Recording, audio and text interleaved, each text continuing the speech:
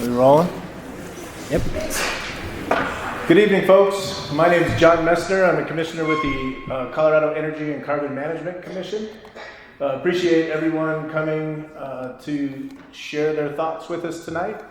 I want to open the meeting. This is OGDP rule number 511, local public hearing, docket number 240800192. I'd like to call the meeting to order. Just a little bit of information about what a 511, before I say that, I want to also introduce Commissioner Cross, who's here with me. There are 3 other commissioners that were unable to attend tonight because of the shift of the schedule for the meeting. They had conflicts. But this meeting is going to be recorded, and all the commissioners will listen to that recording prior to the OGDP hearings that are coming up. I think a number of you have been involved with 511 hearings in the past, but want to share just a little bit about what a 511 hearing is. So 511 hearings are an opportunity for the commission to come to the area in which, the community in which proposed oil and gas development application is occurring, and hear the thoughts of the community in a formal hearing process. During this time, we as commissioners can't answer questions, we can't deliberate on the application, but rather it's an opportunity for us as commissioners to hear from the community, absorb the information, and put that testimony in the record for the OGDP hearing that's upcoming. And so certainly excited to have the opportunity to hear your thoughts, to hear the views of the community on this particular application. And so appreciate the opportunity to be here tonight. There's other interested parties or representatives here as well listening to this 511 hearing. We've got colleagues from Colorado Parks and Wildlife here. They're an important part of our review process and a consulting agency in our OGDP reviews, OGDPs being oil and gas development plans. We've got colleagues here from the State Land Board, as they are the land and mineral estate owners for which these OGDP applications are cited. We have colleagues from the Colorado Department of Public Health and Safety, as they again are a consulting agency for our OGDP review process. We have representatives from Arapahoe County here as well. Arapahoe County also has permitting authority associated with oil and gas development within their jurisdiction. The state of Colorado and local governments have a shared permitting process where oil and gas operator that wants to get approval for an oil and gas location has to both get approval from the state and the local government in order to be able to move forward with that operation. I think we also have representatives here from Crestone, who's the operator, and then I think we have some representatives here from the city of Aurora. Really appreciate having the opportunity to be here at Arapahoe County and the Arapahoe County Fairgrounds. I want to thank the county for offering this place for us to be able to hold this hearing. I do believe we have some deputies here from the county sheriff's office supporting our event tonight, so I want to make sure to thank them for taking the time to be here as well. For those who may need it, Spanish translation is available. You can make arrangements at the registration desk over there underneath the sign that says ATM. If you didn't already, if you need Spanish translation. With that, let me just talk a little bit about the process that's going to happen tonight. Each speaker is going to have the opportunity to speak for 3 minutes. We do limit the amount of time for each speaker at a 511 hearing, depending on how many speakers we have, to ensure that every speaker gets an opportunity to share their thoughts. A number of folks have provided written comment. That written comment goes into the formal record of the OGDP hearing, and we have read all of the written comments that have been submitted as to this point. So it's also a good way to share your thoughts in written form if you have more to say than 3 minutes may allow. We do have a timer running for the 3 minutes and ask that each of you be respectful of each other in this room and keep yourself to that 3 minutes so that we can hear from each and every one of you that is interested in speaking tonight. I think we have 20 some people that are signed up and interested in speaking tonight. You also have the opportunity, should you choose, if someone's already said something that you agree with, to just say, I agree with the previous person, if that helps save some time so you can get to other pertinent things in your testimony. My fellow commissioner and I may take notes while the meeting is going on, while your testimony is happening. Some of us take notes on telephones or tablets. Some of us take notes on paper like myself. But if someone's up here on their phone, they're probably taking notes. So do understand that. It's important that you do know this, that your comments do matter. And your points of view are taken into consideration all throughout this process. And so while I think many of you may feel that your voices are not being heard, I do want you to know that your voices are being heard. The voices and the points of view that you have may or may not happen in any instance, in any hearing process. But your voices certainly are an important part of the process and can change or shift different perspectives on hearing processes. And so I do, from my perspective, want you to really know that your voices are important and appreciate you taking the time to be here and share your thoughts. Just so you all know, the hearing for when we will actually deliberate on these applications is scheduled for July 2nd. That hearing will be a virtual hearing, and everyone here is welcome to attend that hearing and provide comment at that hearing as well. Before we get into your comments, I'd like to take a moment and introduce Elias Thomas, who's our hearings manager, and he's going to take a moment here and briefly describe ECMC's mission and what the OGDP permit process looks like. And so with that, I will hand it off to you. Thank you, Commissioner Messner. My name is Elias Thomas. I'm the ECMC hearings manager. ECMC's mission is to regulate the development and production of oil and gas, deep geothermal resources, the capture and sequestration of carbon, and the underground storage of natural gas in a manner that protects public health, safety, welfare, the environment, and wildlife resources. I'm just going to briefly describe the ECMC's permitting process and provide some details about this proposed OGDP, the Crestone State, Harvard, Yale, and State Wetterhorn Handies OGDP.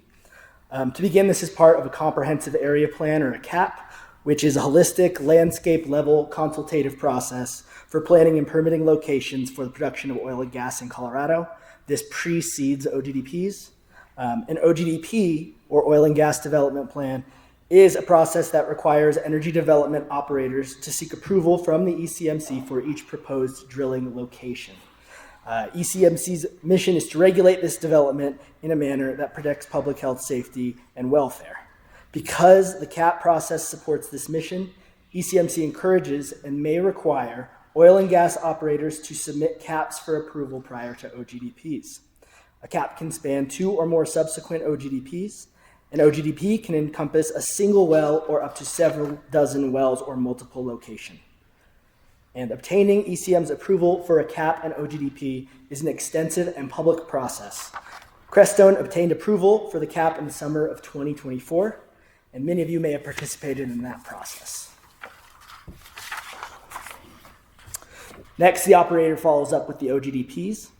ECMC reviews OGDP application materials for compliance with all statutory and regulatory requirements. The operator's application passes the objective completeness phase upon an analysis that the CAP or OGDP complies with those requirements. No oil and gas development can occur in Colorado without passing the completeness phase. In this case, Crestone submitted their application and it has passed that phase. Following that phase, the 45-day public comment period begins, and we are in that phase now. In this case, I want to be clear that the cap is currently stayed. On January 29th, 2025, District Court stayed the Lowry cap. A stay is a legal term. It postpones a matter indefinitely until an ongoing lawsuit concludes. In this case, that is ongoing, and that's why the cap has been stayed.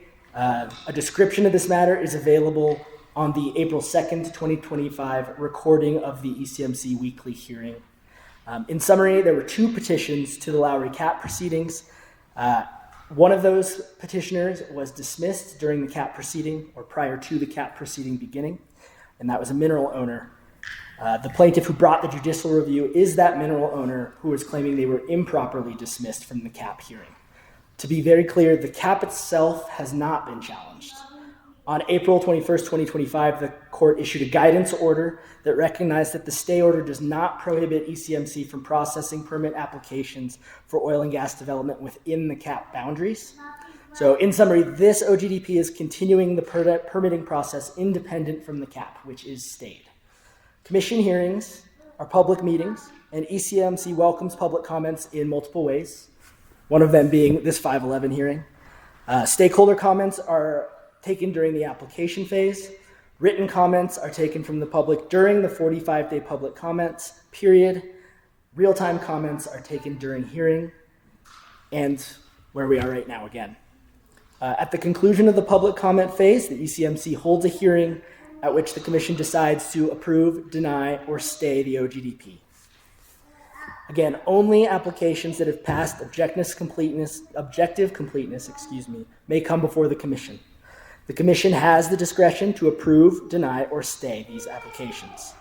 The Commission reviews the application and further takes into account additional subjective factors, particularly qualitative input such as stakeholder and public comments. And this particular OGDP is scheduled for hearing before the Commission on July 2nd. This particular OGDP has here's some specific details. This OGDP is proposing 2 new locations with 18 and 20 wells, respectively. Each location will have 2 water tanks, and this is the 2nd and 3rd of 8 expected locations within the cap. That's all I have for you today. Thank you again for making time to share your views with us. I'll pass this back to Commissioner Messner, and we can begin the 511 hearing. Thank you, Hearings Officer Thomas. Do you have a list of the folks that have signed up for public comment? We have a list, but we've given them numbers, so we're just calling them numbers. Yeah. Yep. So it's just speaker 1, 2. Apparently we have numbers, and so I'll be calling out those numbers so that folks can come up. If you want, in order to keep the process moving, I'll call who's up, who's on deck, and so forth, so you can know what's happening. There may be numbers out there when folks choose not to provide their thoughts. That often happens during hearings, and so we may end up skipping numbers sometimes. I'd like to just take a second and ask that folks be respectful with their comments, understand that there's going to be oftentimes a lot of different perspectives in a room. Some of those perspectives may be different than your perspective. I think it's important at these hearings that we create a safe space for everyone to be able to provide their point of view, even if it is a point of view that is different than our own point of view. And so with that, I would just like to take a minute and just say, I appreciate everyone being here. Be respectful of one another. Be respectful of the process, and really looking forward to everyone's thoughts. And so with that, we'll start with number 1, and if number 2 and 3 can be getting ready, that'd be great. And so if you want to come up, state your name and provide your thoughts. There's a microphone up there? We've just got the one mic, I think. I'm sorry. So I'm going to be moving around a lot. My name is James McGrath. I'm a 20-year-old student from Aurora, and frankly, I really shouldn't be out here today. I have a lot of better things to be doing. However, these new wells will cause more contamination in Colorado. They'll steal resources from our state and cause more pollution. The mission of the ECMC is to regulate oil and gas in a manner that protects public health and safety. Around a month ago, Colorado had one of the largest blowouts in its history. This blowout spewed 4 million gallons of water contaminated with oil and VOCs onto Gallatin Elementary. Because of this, they had to shut down the school for a week and are still in the process of cleaning some of the homes affected, and a lot of the residents have still not been able to go back. We cannot afford for this same thing to be happening in our community.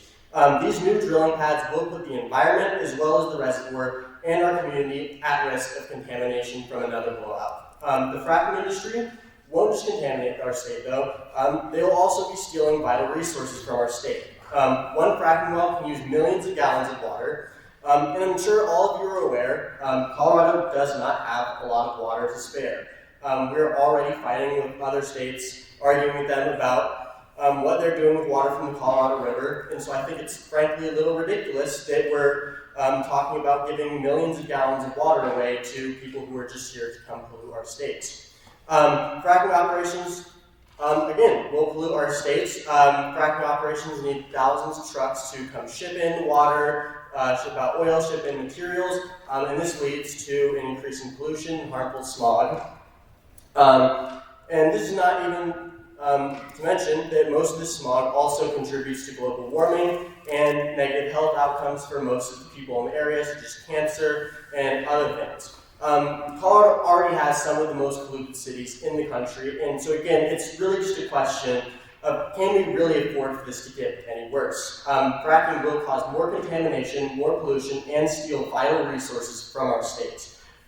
This is not a question of whether or not you're going to allow another fracking site in Colorado. This is a question of whether or not you're willing to uphold the mission of your commission to fight for the public health and safety of Colorado.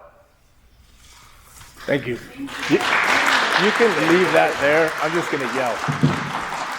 Thanks. So, 2, 3, 4.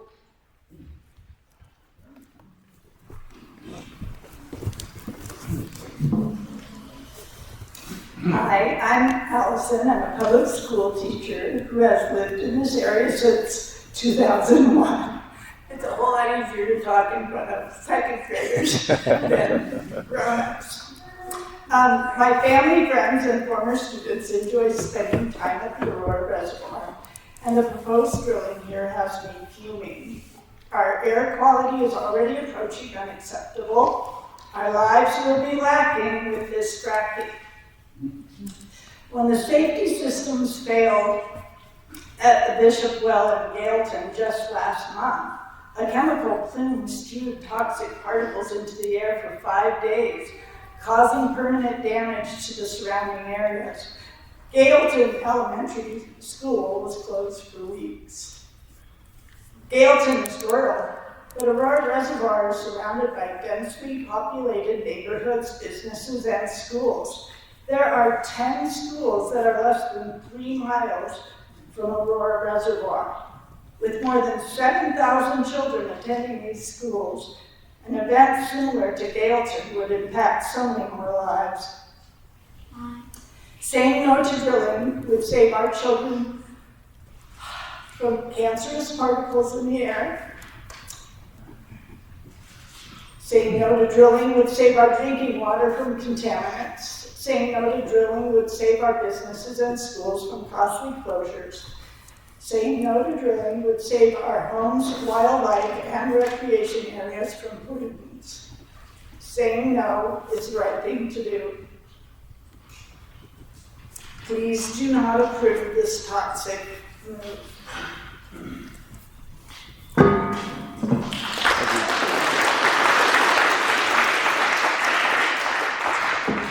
Three. Good evening. My name is Marcia Goldsmith-Hammond, and I live in Arapahoe County, and I do appreciate the opportunity to speak. I want to address what I believe is a serious gap in implementation of cumulative impacts regulations. As I understand it, the current framework requires operators to demonstrate how they will avoid, minimize, or mitigate their emissions. They must also monitor and truthfully report those emissions over time. Where are these monitors located off the well pad site, between the pad and the community? There needs to be continuous monitoring of the space as long as the project is in operation with clear numeric limits and stoppage of operations when these limits are exceeded. We have provided scientific peer-reviewed articles showing the emissions travel for miles and can reach our densely populated community. But here's the problem. There's no actual hard cap, no numeric threshold for pollution. There's no line in the sand that says if you emit more than this amount of benzene, nitrogen oxides, or particulates, the project cannot move forward.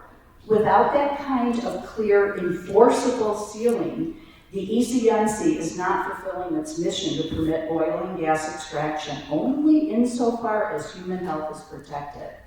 We've read through much of the cumulative impact regulations. We haven't found anything that prohibits ECMC from establishing a numeric limit on these emissions. The Commission has the authority to approve a project with a condition of approval. What's missing is the willingness to use it. If best management practices truly make fracking safe, there shouldn't be any hesitation in setting a firm, science-based cap on pollution. Such a cap would provide clarity to operators, accountability for regulators, and most important, protect the people living downwind and downstream. Right now, we are relying on promises to minimize harm without drawing a hard line. But cumulative impacts can't wait for promises to pan out. They add up, they compound, and without limits, the burden keeps falling on neighborhood communities. It's not up to the public to show evidence of harm due to fracking, although we've already done this. Your agency must prove to us and give us assurance the level of emissions fall within your guidelines with no off-ramps provided to industry. Please use your authority out of an abundance of caution to set real, measurable ceilings on pollution, especially for known carcinogens like benzene. That is how we can ensure the protection of health, safety, the environment, as you are charged to do. Thank you.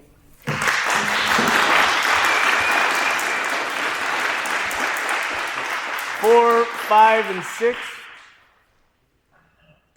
I'm sorry I'm yelling. That's right. Okay. Good afternoon. I'm Michael Rose. I'm a resident of Denver and a member of Colorado Jewish Climate Action, a grassroots environmental justice organization that works to fight pollution and the climate crisis. I'm not affiliated with any other or a member of any other climate action group, to be sure. I'm presenting today to urge this commission to reject the proposal from Civitas Resources in regard to the state Harvard, Yale, and state Wetterhorn, Handies oil and gas development pad sites for the following reasons. As you know, you've been hearing a great deal about the air pollution if this production proceeds, in addition to diesel truck and heavy equipment traffic for setting up the hydraulic fracturing process. The Metro Denver area is already regarded as the 7th most polluted area in the U.S. for ozone pollution. Allowing this well pad to proceed to drilling runs counter to efforts to mitigate this area. There's also the jeopardy to the Lowry landfill Superfund site.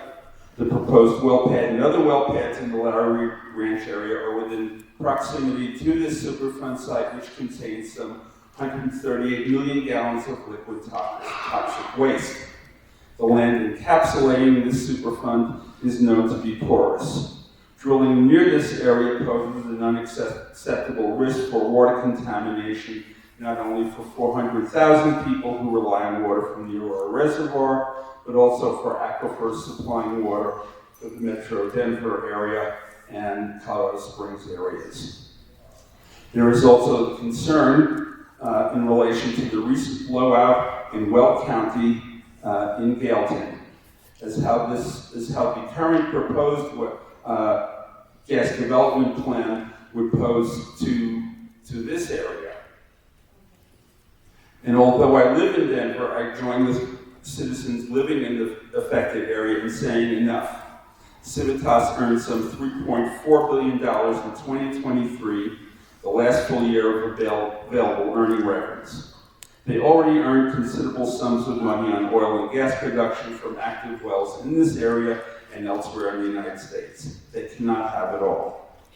Especially want to call your attention to this study, a copy of which I will leave you, that you've heard a great deal about, and this is exposure from oil and gas development and childhood leukemia risk in Colorado, a population-based case control study that was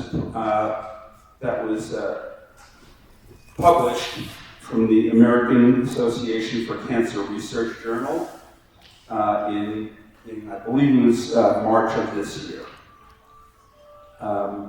So I want to leave you with this study. What they found is that Colorado's children living within 13 kilometers of oil and gas well sites are an increased risk for acute lymphoblastic leukemia, with children within 5 kilometers bearing the greatest risk. Current setbacks between oil and gas well sites and residents may not be sufficient to protect the health of these children. Weld County, of course, is the highest, the most densely populated, or the most highly fractured county in the United States.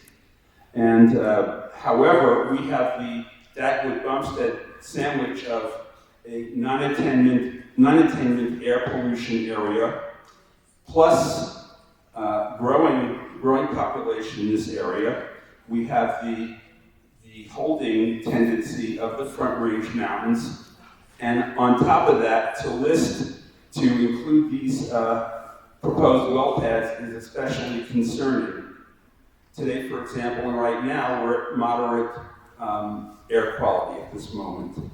Anyway, so I am offering you this article with the caveat that this may be an understatement because this study was conducted between 1992 and 2019, and the area where it was conducted has tripled in population density since then. Thank you very much. Thank you.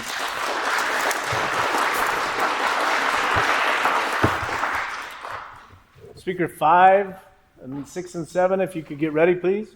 Before you start the timer, please, Star has come up with an acronym for the Wetterhorn, Handies, Harvard, Yale, and we call it Y. Yes, those are the letters. So good evening, members of the commission. Tonight I want to talk to you about particulate matters. Particulate matters are the microscopic particles suspended in the air we breathe. We categorize them by size in micrometers, with PM 2.5 being the finer particles. They often originate from vehicle emissions and industrial activities. These tiny particles pose a significant health risk because they can travel deep into our lungs and even enter our bloodstream, exacerbating respiratory conditions like asthma and bronchitis, and contributing to serious cardiovascular problems and tragically premature death. Larger particles are classified as PM10s, and they come from sources such as dust from construction and crushing operation. PM10 irritates our eyes, nose, and throat and affects breathing. Currently, the cumulative impact regulations ask for, quote, air quality information concerning particulate matter, unquote, but crucially lacks any concrete pass-fail thresholds for ambient pollution in surrounding neighborhoods. This ambiguity severely undermines your ability as an ECMC to effectively safeguard our health in the Y area. Particulate matter can remain airborne for extended periods, hours to days, and travel considerable distances, often exceeding 100 miles. Let me repeat that. Particulate matter can stay airborne for days and travel 100 miles. Establishing a clear, hard target for PM 2.5 and PM 10 is not just about protecting a specific location. It's about safeguarding the health of hundreds of thousands of residents who could be impacted by airborne pollutants originating from the Y area. Therefore, I urge the Commission to take decisive action by establishing specific quantitative thresholds for both PM 2.5 and PM 10 in ambient air in the neighborhoods. Robust scientific evidence already supports such standards. The World Health Organization and the US EPA have set recommendations that you can follow.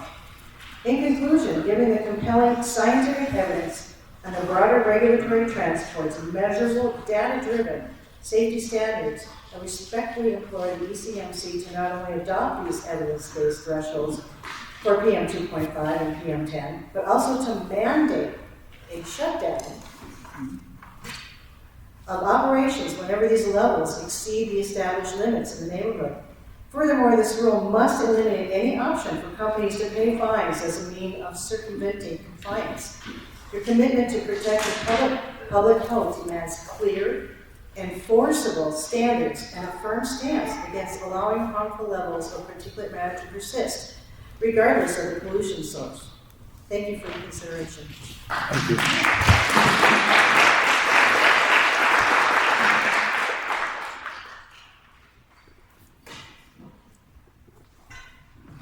Hello, I'm Mark Oldsmith-Cameron from Arapahoe County. I'd like to address the importance of your setting specific and enforceable standards for BTEX VOCs, such as toluene, ethylbenzene, and xylene, not just within the regulations, but also specifically as conditions of approval for upcoming projects within the lower cap, such as the 2 well pads on today's agenda. As with a number of other chemicals of concern, current regulations request air quality information concerning VOCs in the industry's resource impact assessments. Unfortunately, they lack any concrete pass-fail thresholds.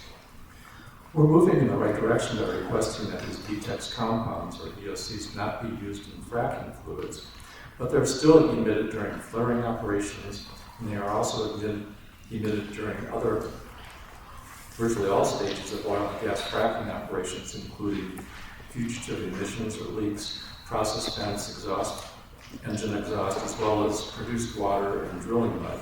The public needs your support protecting us from these VOCs. Exposure to any of these BTEX VOCs leads to significant health concerns, particularly affecting the nervous system and having potential long-term health impacts. Short-term inhalation can cause irritation of the eyes, nose, and throat, headaches, dizziness, and nausea. Higher concentrations can lead to more severe neurological effects. Acute and chronic exposure can cause neurological symptoms such as dizziness, headaches, and nausea, as well as potential effects on the liver and kidneys at high exposure levels. Chronic exposure has also been linked to neurobehavioral effects, including impaired cognitive function, memory problems, and motor coordination issues. The International Agency for Research on Cancer has also classified ethylbenzene, for example, as possibly carcinogenic to humans.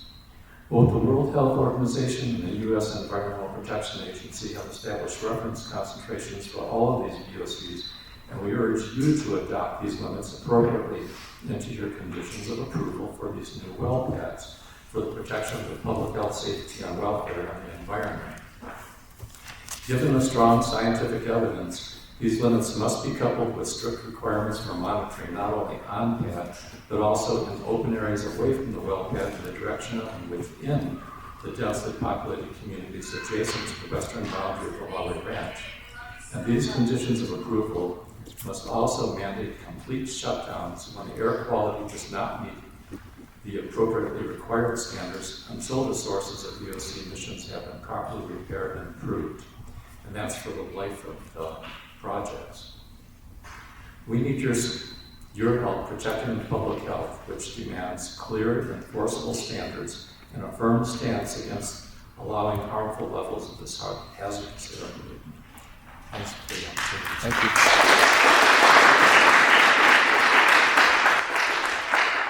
Next up is speaker 7, and then 8 and 9. What speaker's up? 7. Yeah.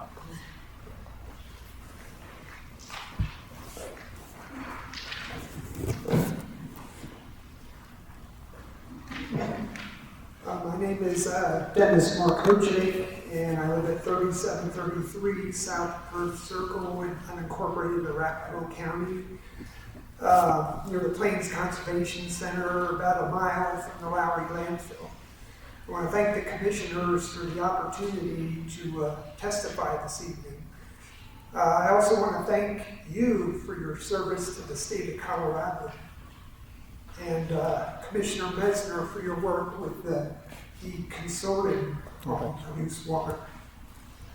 The last time I was here, I had a map for the commissioners that I handed out, and I figured I didn't do that tonight because I figure everyone has access to maps. And on that map, I had circles around each of the well pads that the radius of the circles was 1 mile. Well, since I testified at that hearing, things have changed.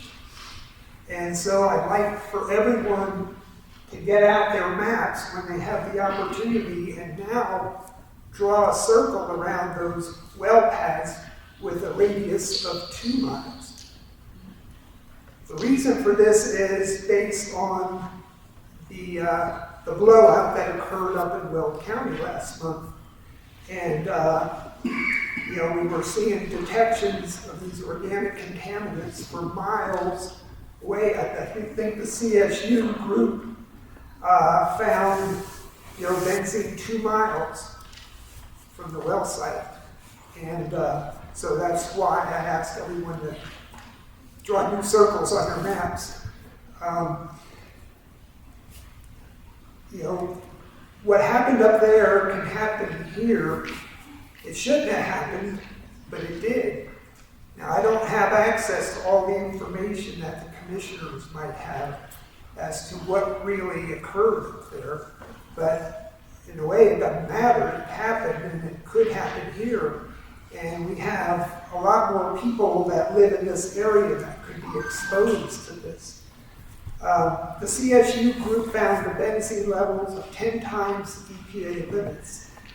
The state and Chevron found lower levels of benzene and the other organic contaminants. But in a way, it doesn't matter. What's critical is they all found levels of benzene. Benzene is a known carcinogen. I've worked with benzene early in my working career.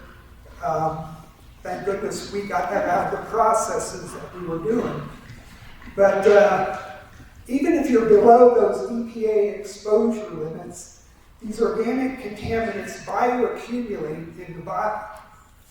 And so low-level exposure can have known health impacts, and there are studies that documents this. Low-level exposure over a long period of time will have adverse impacts. Everyone in Weld County that was in that area where the blowout occurred was exposed to benzene. They bioaccumulated that. There's a lot more people who live here in Arapahoe County, and so any kind of exposure like that would be catastrophic. I mean, you're talking thousands of people that will be impacted by that. Are we going to evacuate all those people for 5 days, 10 days, whatever it takes? And how are we going to clean all that up? These are important considerations. There's a lot more people that live here now, and we need to take that into account. Thank you for the opportunity to testify.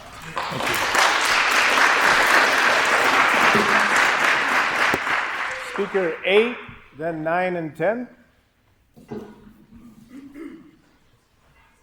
Good evening, Commissioners. My name is Anna Hussein, and I appreciate the opportunity to speak today regarding the proposed WISE application, which would add 2 new well pads and 38 additional wells in the Lowry Ranch Camp in Arapahoe County, where I live. Each well pad will take 360 days to construct, drill, frack, and flow. Each well pad will truck out produced water. 14,788 semi-truck trips per well pad in 360 days. That's a total of 29,000 truck trips. Will these operations occur simultaneously on these two pads? Facts.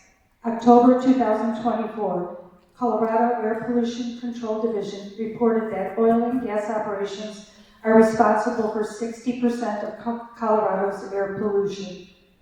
Denver Aurora Greeley region ranks 5th worst in the nation for ozone levels. Fact, the state is currently planning to triple the number of wells drilled in the Northern Front Range, which includes the Lowry Range Cap, an area already burdened with unsafe levels of ozones. The American Lung Association gives us an F grade for air quality, ozone, making it one of the worst metro areas in the country for public health. Despite new rules from the ECMC, the reality is that the Commission is still permitting expansion of oil and gas operations in non-attainment areas. These regions where pollution levels already exceed health-based standards. The rules may appear groundbreaking, but they fail to produce meaningful change on the ground. Yesterday, as others have spoken, Bishop Wellpatz confirmed a spill that methane and benzene levels were found more than 2 miles away from the well pad. That confirms what many of us have been saying for years. Toxic emissions travel well beyond the immediate site. They rise high into the air, over pad level monitors, and they reach our homes. Let's look at the proposed layout. Wetterhorn, Handies, and Harvard Yale are 2 miles apart. La Plata South is 2.5 miles from Sunlight Lawn. Sunlight Lawn is less than 2 miles from Secret Stash. These are not isolated projects, they are clustered, and their impacts are cumulative. In 2019, SP 181 directed ECMC to evaluate and address cumulative impacts for oil and gas development. Yet here we are, 6 years later, we're still talking about more drilling and more monitoring, not less harm. So I ask, where are the off-site monitors? Where is the air monitoring between well pads and nearby homes? Where is the monitoring between these specific sites you are approving? And most importantly, where are your rules to truly address cumulative impacts? Your current regulations don't limit, reduce, or eliminate them. In fact, they allow them to continue and to grow. Colorado was once known for its clean air. Now we are among the worst in the country. The data is in, the science is clear, the public health impacts are well documented. The ECMC's duty is to protect public health, safety, and the environment, not to manage pollution, but to decrease it. Our children deserve better. Thank you.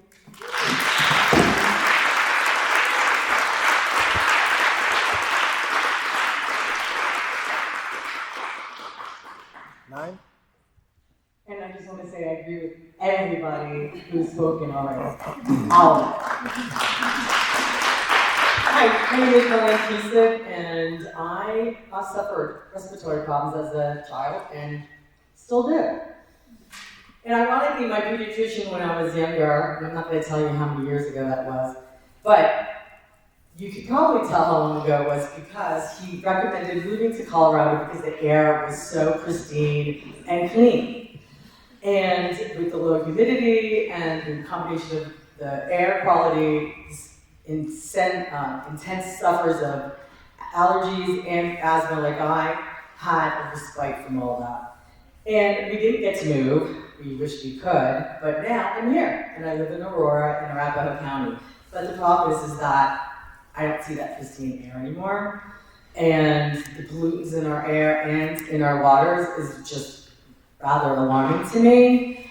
The Denver metro area and Northern Front Range have been out of compliance with the federal air quality standards for 17 years. They say that it will be 2027 before they can be compliant with the 2008 limits that were enacted, which actually were a little bit more lax than the 2015 limits that were enacted, which Colorado admits they will not be able to achieve. I'm so grateful that the 10th Circuit Court didn't fall for the baloney that oil and gas extraction pollution is temporary, and ruled that the thousands and thousands of these instances of pollution are now included in the major source pollution category.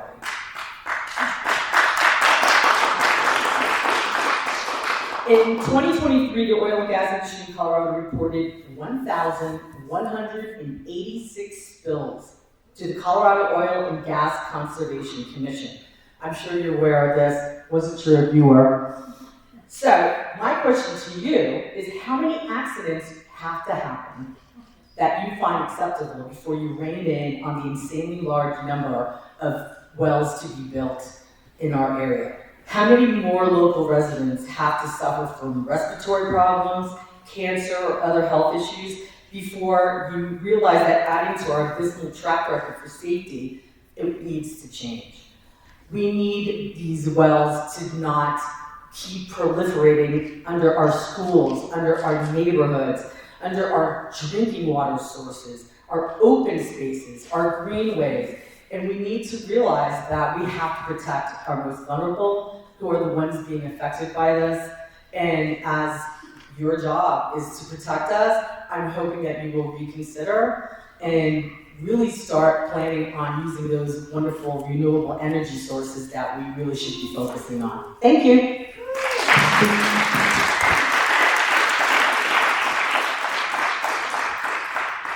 Next up, speaker 10, then 11 and 12. 10 is my daughter, and she's Bailey. Okay. First, Okay, so you're 11. I'm 11. Okay. So I'd like to say thank you for coming. But I want to follow up on what Officer Thomas said earlier about what the EMC does by reading what's in your literature, where you establish rules and regulations through rulemaking. You expect operating sites to be in completion with those rules. If they need enforcement, you enforce them. Enforce that compliance with rules to protect, as you said, safety and the environment. So I want to change the focus a little bit and talk about the trucks. As you heard a minute ago about the quantity of trucks. After I read the report about the quantity of trucks and its operations, as you heard, thousands of miles, I submitted some written comments about it, and I want to follow that up with you. I want to have you focus a little bit of time on truck management and the rules that govern the truck. For example, who is assuming responsibility to ensure that the many trucks operating thousands of miles in use pass all safety inspections? What entity tracks whether or not each driver is properly trained and has a current Colorado driver's license? Who inspects the trucks on a regular basis? How often? Which management person reviews these inspection reports? Or which person at the EMC, as I just read, inspects those reports? For example, are the brakes checked regularly? How often? To ensure that no sparking might cause ground fires, which is, of course, we're all worried about in this area. What is the status of each truck's air pollution system? Which engines? What fuel? What about possible oil leaks? Today, 5 years from now, 10 years from now, 20 years from now, when they start closing those down. Which entity in the county is inspecting the condition of the new haul road that is to be built meeting county requirements? How often? What about year 4, year 7, year 21? If damage is determined, who repairs? Who inspects the repairs? The report mentions dust mitigation. It's a good idea. Additional trucks hauling water. Is the water safe? Have you checked that? Is the water recycled? Is the water potentially harmful to the plants next to the haul road? Or the animals near the road? What about potential runoff that possibly will contaminate the reservoir? Many of us don't agree with the map showing that there's no way it's going to run down into the reservoir. What about the damage to the county roads? When these heavy trucks stop at a stop sign on an asphalt road in the summer heat, they will sink in, requiring road repair. If you don't believe me, go right down Harvest right now. Go ahead. If you do not think this is an issue, ask the transit district why it has concrete pads at every bus stop across the region. Who pays to repair the road? Who inspects it? Who maintains it? Is that the EMC's responsibility? The county responsibility? Is part of the rules and regulations. If you do not have a truck management plan that has the rules for trucking in front of you, with the answer to these and many other questions, you should not approve this project. Only chemical leakage pumped into the well will eventually pollute the groundwater and reservoir and cause more environmental damage than thousands of truck miles required over the next 25 years. Thank you.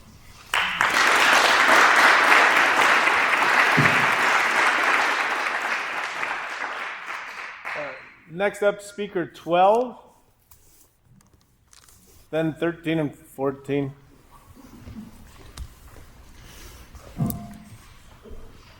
Good evening. My name is Nathan Lyon. I really appreciate you both being here. I do wish the other 60% of the commissioners could have been here tonight as well. My comments will address the critical need for specific and enforceable nitrogen oxides or NOx standards within your regulations, and why this need is vital before the applications up for comment tonight should even be considered. For background, NOx is a group of reactive gases that include nitric oxide, NO, and nitrogen dioxide, NO2, with nitrogen dioxide being the more harmful to human health. These gases are primarily formed during the combustion of fossil fuels at high temperatures, such as in vehicle engines, power plants, and industrial processes, including many of those associated with oil and gas extraction, as well as support operations such as trucking. Exposure to nitrogen dioxide can lead to significant respiratory health concerns. Short-term exposure can aggravate respiratory illnesses like asthma and bronchitis and increase the likelihood of respiratory infections. Long-term exposure has been linked to the development of asthma in children, reduced lung function growth, and increased risk of respiratory symptoms. NOx also contributes to the formation of ground-level ozone or smog and particulate matter. Currently, the cumulative impact regulations ask for air quality information concerning VOCs and NOx in resource impact assessments, but crucially lacks any concrete pass or fail thresholds specific to NOx. This ambiguity severely undermines your ability as the ECMC to effectively safeguard public health in applications up for comment tonight. Therefore, I urge the Commission to take decisive action by establishing specific quantitative thresholds for nitrogen dioxide. Scientific evidence supports such standards. The EPA has set a primary health-based annual standard for nitrogen dioxide at 53 parts per billion, and the World Health Organization recommends a guideline value for nitrogen dioxide of approximately 5.3 parts per billion as an annual average, and approximately 13.3 parts per billion as a 24-hour average to protect public health. It might be tempting to believe that the Wetterhorn, Handies, and Harvard-Yale area being a bit further from significant human development doesn't warrant stringent regulation. However, we must acknowledge the scientific reality that NOx can remain in the atmosphere for several hours to a few days, depending on atmospheric conditions. Under prevailing wind patterns common in the region, NOx and the secondary pollutants they form, ozone and particulate matter, can travel significant distances, impacting the air quality of the broader Front Range.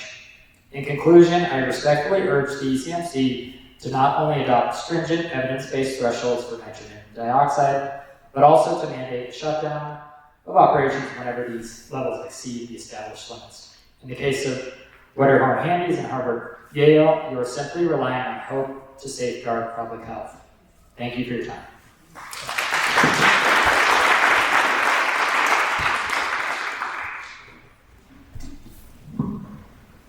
Test. Okay.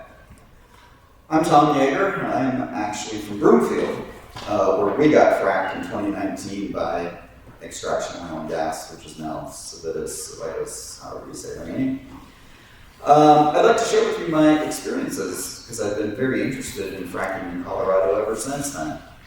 But I'm also here representing an organization called Climate Defiance. Admittedly, we're a little edgy.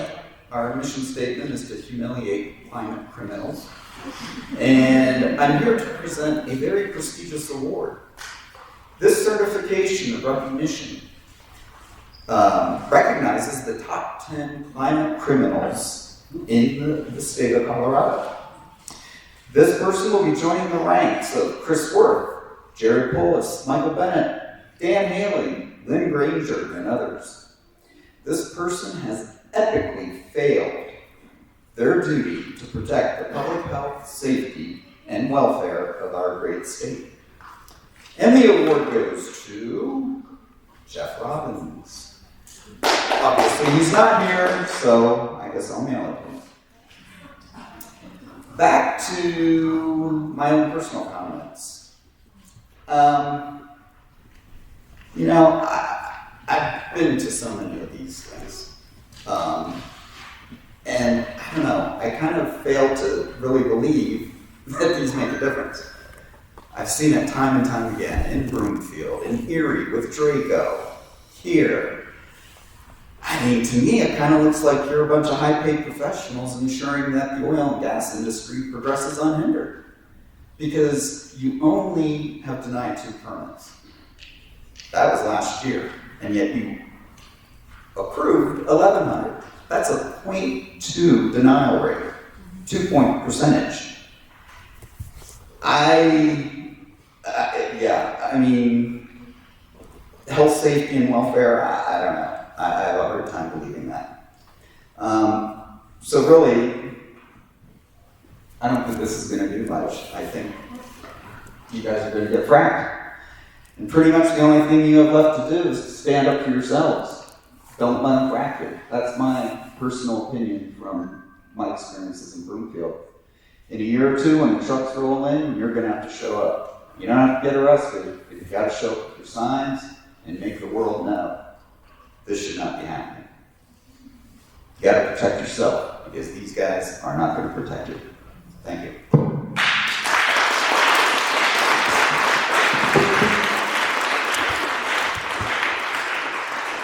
Speaker number 14.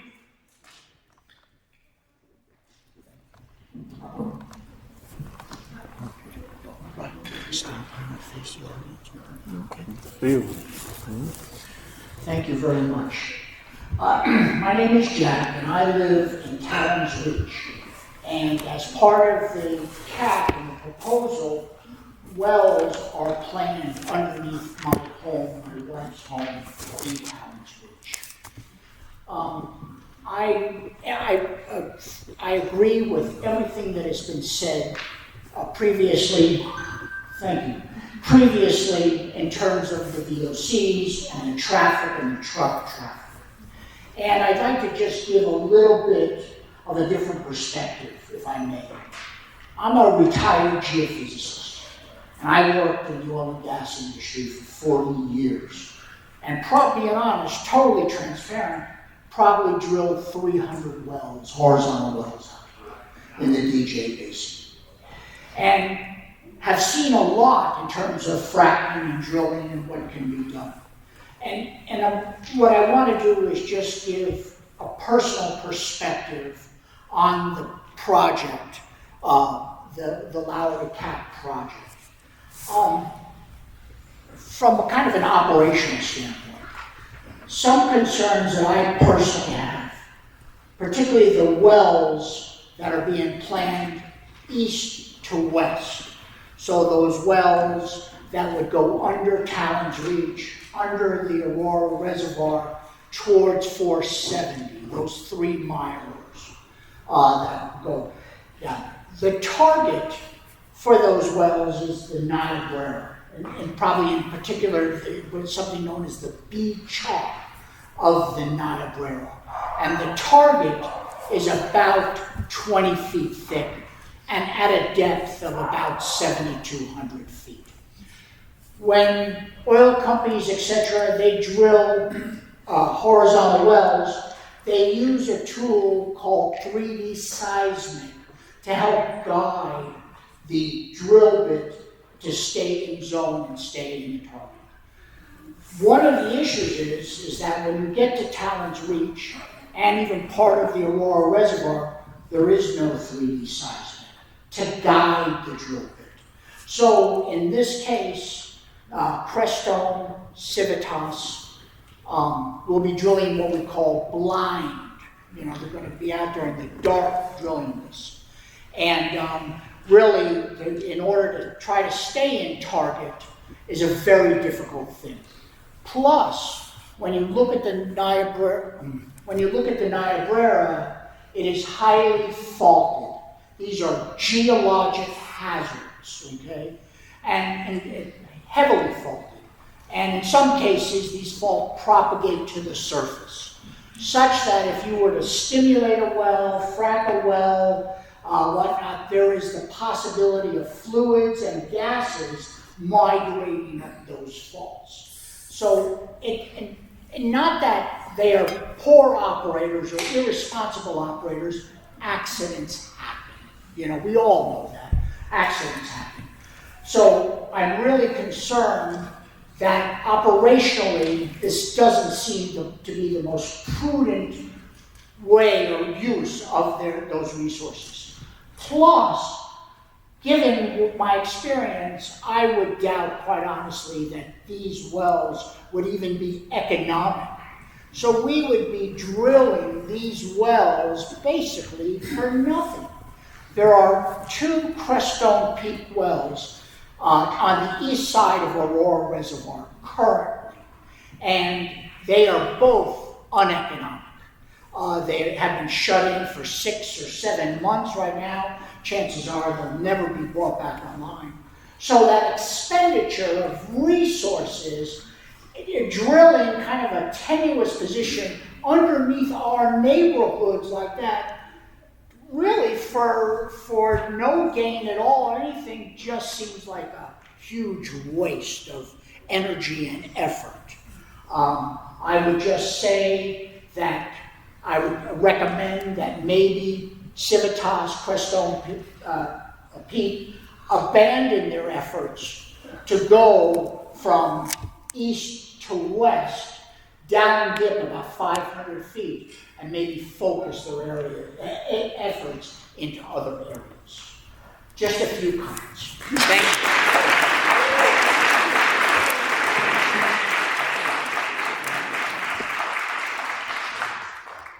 you. Speaker 15.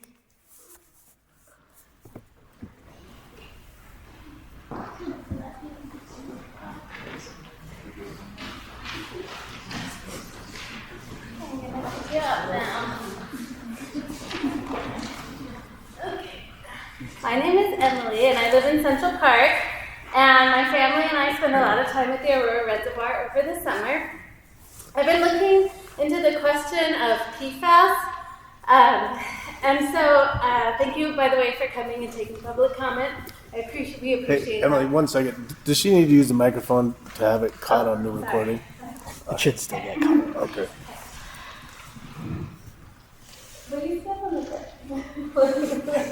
Thanks, just thanks. My name is Emily, and I live in Central Park, and I'm coming here because my family and I spend a lot of time at the Aurora Reservoir over the summer, and we want to make sure that it's a safe place for our kids to swim. And thank you, commissioners, for coming and listening to public comments and learning how we'd like you to protect our health and safety. My question is about PFAS, if I get this right, the per and polyfluoroalkyl substances. I saw that I'm so proud of Colorado for outlining the use of PFAS in fracking fluid as of 2024, which is a great step forward. But I was wondering if I couldn't find out if it's outlawed during the drilling process as well, because I saw that some fracking companies do use PFAS during the drilling process, and I didn't know the answer to that question. Do you guys know if that's legal or not legal? I don't know about legality, but it's not used in the drill. Oh, it's not used. Okay. So since if it's not used in the drilling process and it's not prohibited, then it seems like it would be pretty easy just to make a condition of approval that they not use it during the drilling process. If they are going to, let's just make that explicit so that there are not any PFAS used at all during the process. Thank you.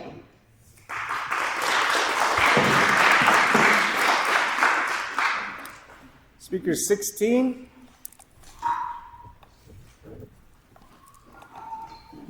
Hello, my name is Wendy Canopy, and I live in Aurora here near the reservoir, and I want to thank you for hearing our talks today.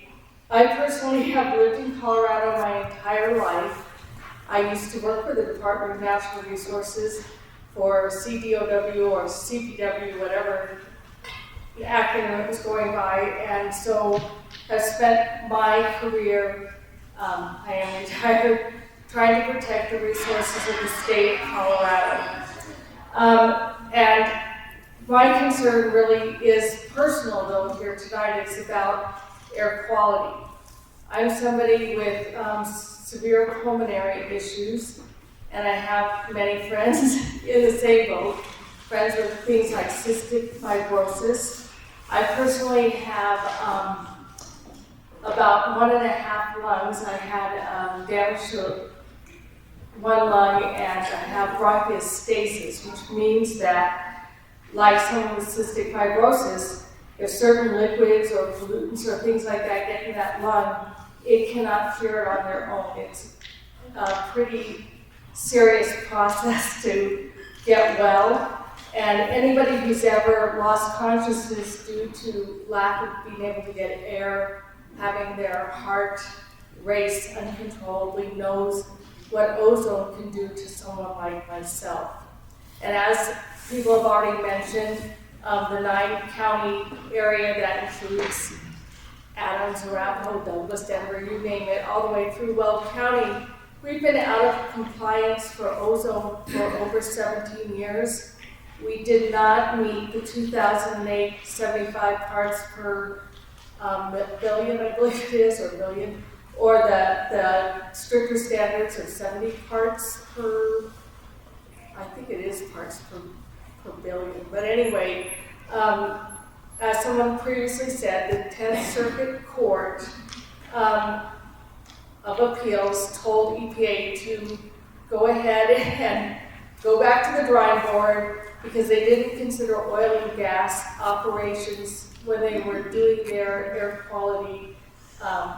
Well, basically, they said they were out of compliance, so they would get severe financial penalties. So they said to go back to the drawing board. So, as we know, 45% of NOx and more than 40% of the volatile organic compounds in the air due to oil and gas operations.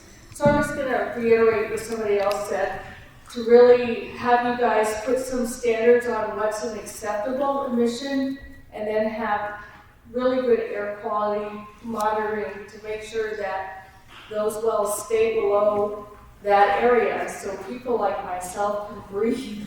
Because I have had many friends in this situation who literally had to leave the state, which I would hate to leave the state that I love, the state that I was born in, because I can't breathe. Thank you so much.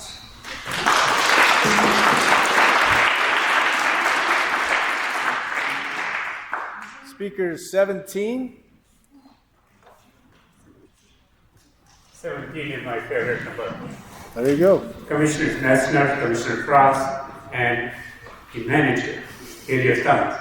I just want a correction here, which I may be falsely assuming.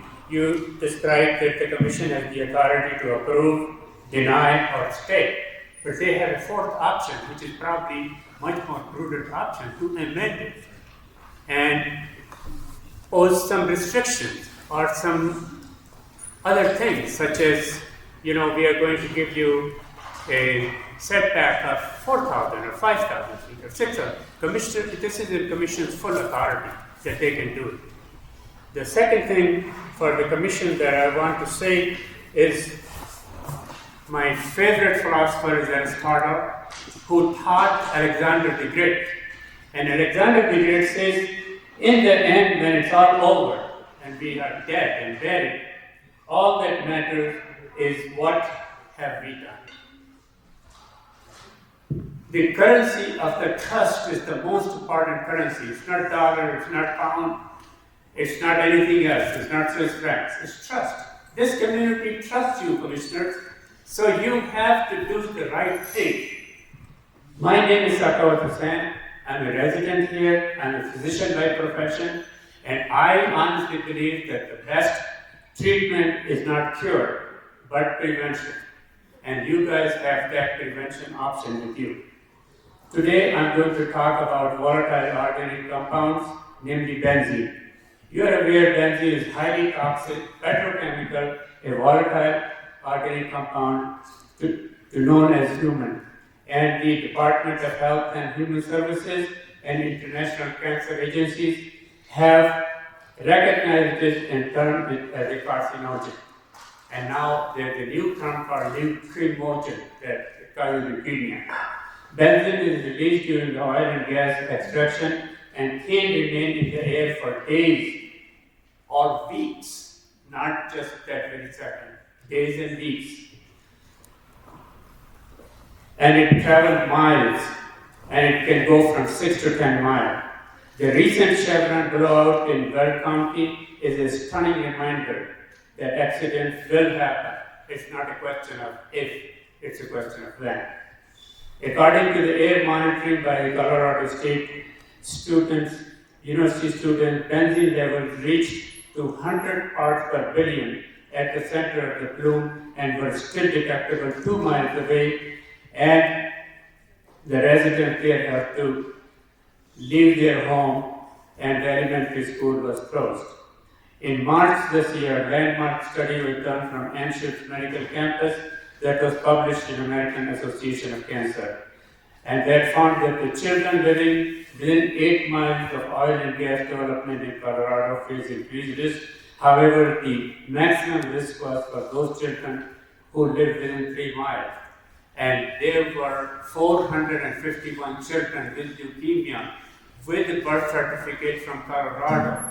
Imagine my son or my grandchild, 5 years old, going to the doctor's office to get chemotherapy, putting a fake smile on the face. What is their future? What have we done to them? And please balance it out. You are responsible. Do the prudent thing. In the light of the Weld County blowout, the Anschutz leukemia study, and the recent Colorado Supreme Court ruling allowing the city of Boulder climate lawsuit to proceed. And the interesting thing in that lawsuit is the city is taking a stand that these volatile organic compounds and the pollutants are trespassers in their city. I could say they are trespassing at my home with my children and grandchildren. I respectfully urge the Commission to exercise its authority under Section Senate Bill 19-181 to impose a moratorium on new oil and gas permits until setbacks are re-evaluated and strengthened based on the latest science and the evidence. Thank you.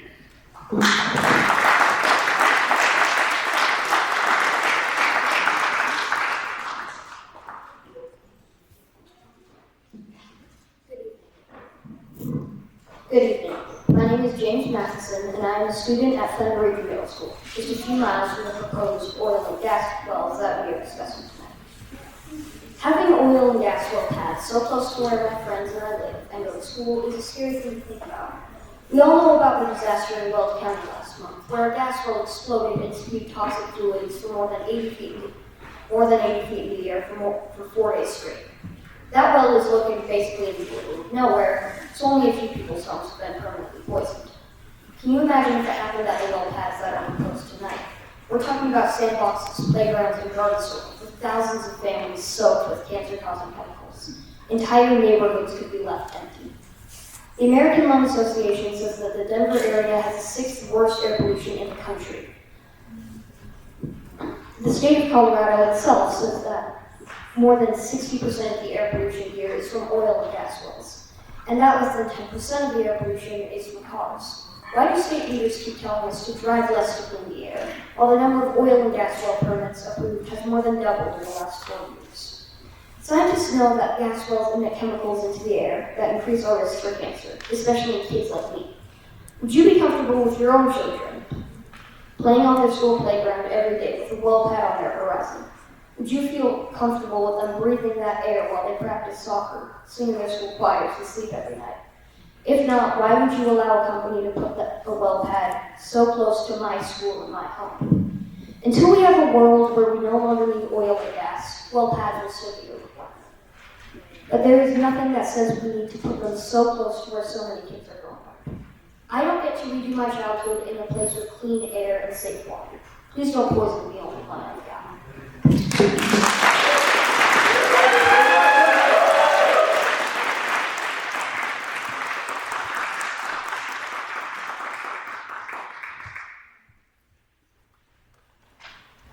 Just so I know my numbers are right, are you speaker 19?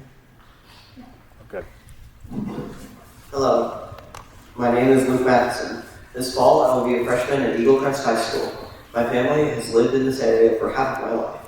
We love living in Colorado for its beautiful wild places and the high quality of life.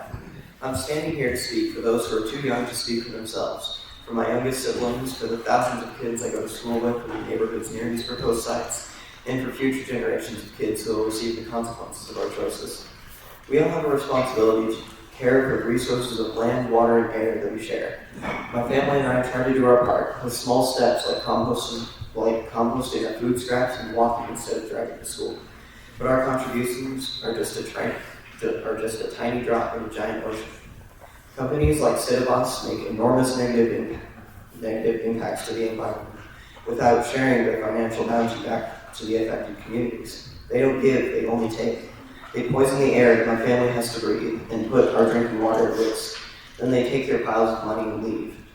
I'm not asking the ECMC to prevent new oil and gas wells from being built in our state. The fossil fuels train is speeding along faster than anyone can stop, so until our economy makes some basic changes, more wells will be inevitable.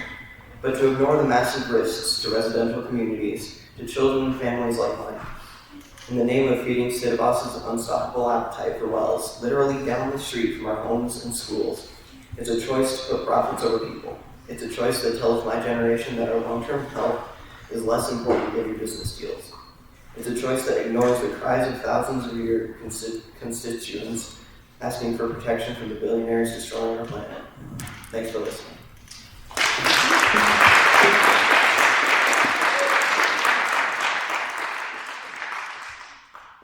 Speaker 20. Hello. First I want to say how brave and inspiring it is that we have like kids showing up and advocating for themselves and just having that awareness of what's going on in their communities, and also how devastating it is that these children have to stand up here and fight for things that adults and people who are older should have fought for them before so that they didn't have to worry about this when they're so young. But my name is Amber Carey. I'm a 25-year-old substitute teacher in the area. I was also born and raised in Aurora. I also went to Eagle Crest High School. I'm currently living in Tallgrass with my family. This isn't what we're here for necessarily, but as a broad point, I do find it important to call out the irony of their marketing that some of the money from this project is going to fund these schools in the local area. While we know and understand that the effects of fracking impact children disproportionately, not to mention the looming threat of the climate crisis that these projects will assist in accelerating, the Civitas Oil and Gas Development Project in Southeast Aurora is a danger to public health. A recent study published in the Research Journal that has already been mentioned by the American Association for Cancer concluded that children in Colorado aged 2 to 9 years diagnosed with acute lymphoblastic leukemia were 1.4 to 2.64 times more likely to live within 13 kilometers, which is 8 miles of an oil and gas well site than children without a cancer diagnosis.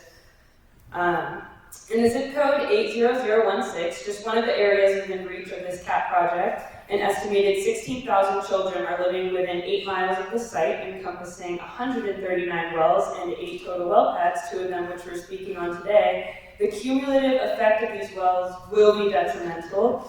The Colorado branch of Physicians for Social Responsibility, something I'm not a part of, but I did read about, advocates for the solution to reliance on fossil fuels and nuclear energy. Their claims against fracking include, but are not limited to, evidence that regulations cannot prevent harm, that it increases toxic air pollution, and that it threatens drinking water, and it can cause poor birth outcomes. I want to summarize a letter on behalf of the Physicians for the Social Responsibility of Colorado, written specifically to the Arapahoe County Commissioners, and you guys as well. There's a growing body of epidemiological studies that provide evidence of higher occurrences of birth defects, childhood cancers, and other chronic impacts from fracking. They're also concerned particularly by how this evidence is being consistently dismissed by public agencies at the state and local level, which has already been called out, and that is you guys. In 2024, there was a 2019 Colorado Department of Public Health and Environment study that was used as evidence as no harm, despite the fact that the authors of the risk assessment worked with several industry partners to identify suits suitable for conducting studies. So they're not questioning the methodology, but the fact that they used a potentially biased sample over a random sample, and that was actually something that you guys used in your decision to approve this CAP project. And this is a reminder that associative studies that have been done have been used to raise awareness of things like cigarettes causing lung cancer, which is widely agreed upon now. A reminder that without local advocacy groups getting the EPA involved, the ECMC, you guys, was going to allow Civitas to drill underneath the Lowry Superfund site. This Superfund site's right by my house, and I, for one, would not like chemicals being leached into our drinking supplies and our air and increasing incidence rates of cancer. This entire project is wagering our community's health, clean water, and clean in a clean environment to accrue a short-time profit, and I implore you to do what you are supposed to do and protect us against that.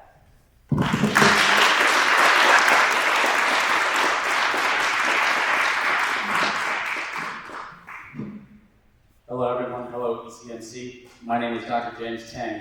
I'm a double board certified anesthesiologist and pain medicine specialist. I spoke here this past January regarding the increased risk of childhood leukemia when living near fracking sites. My wife and I, and so many other residents, are still very concerned about this risk. However, I would like to focus my time today on safety from the perspective of an anesthesiologist. In my anesthesia world, complications happen. We carry on knowing that risk because we balance the benefits of a life-saving procedure versus patients dying without that procedure. Oil and gas development here is wholly elective, and as someone mentioned earlier, might even be uneconomical given the risks involved. When a major complication happens in the OR, the first priority is to take care of the patient. The next priority is to find out what went wrong and how to prevent the complications from occurring again. The anesthesia department and a multidisciplinary team from the hospital performs a root cause analysis, which is actually rather unpleasant to go through, in which they look at every little detail of the case from pre-op screening of the patient to post-operative care. We find systemic issues that may have brought on a bad outcome and implement system-wide improvements to prevent the next complication. Separately, the anesthesia department holds weekly M&M meetings. You may have seen this in the past on TV shows like Grey's Anatomy, Morbidity and Mortality Conference. One person stands on the podium and presents a case where there was a complication or even just a close call. However, in reality, contrary to the TV shows, this isn't meant to roast the presenter. This is meant to educate all of our colleagues and to allow for constructive discussion and improvement. This extends to the national level when anesthesiologists gather for society meetings and conferences. We share these cases with colleagues across the country. In Weld County, as far as I know, they lost containment and had a disaster, and the ECMC has not released information on how it happened, why it happened, what the consequences will be, or how to prevent it in the future. Will this information be released? We as anesthesiologists would not have an incident on this level and simply say, well, that's a rare incident in a hospital in another county. It's not going to happen here. This is Arapahoe County. And nobody in this room would want to receive treatment at a hospital that views safety in that manner. You would not want an anesthesiologist that does not continue to study and learn from others. This is my view on improving safety. The ECMC should live up to its mandate to protect public health, safety, and wellness. And given the density of residents, this is a very high-stakes area. A moratorium should be placed on developing new oil and gas sites until we can be assured that such a large incident will not happen again, as we do in our anesthesia world. Thank you.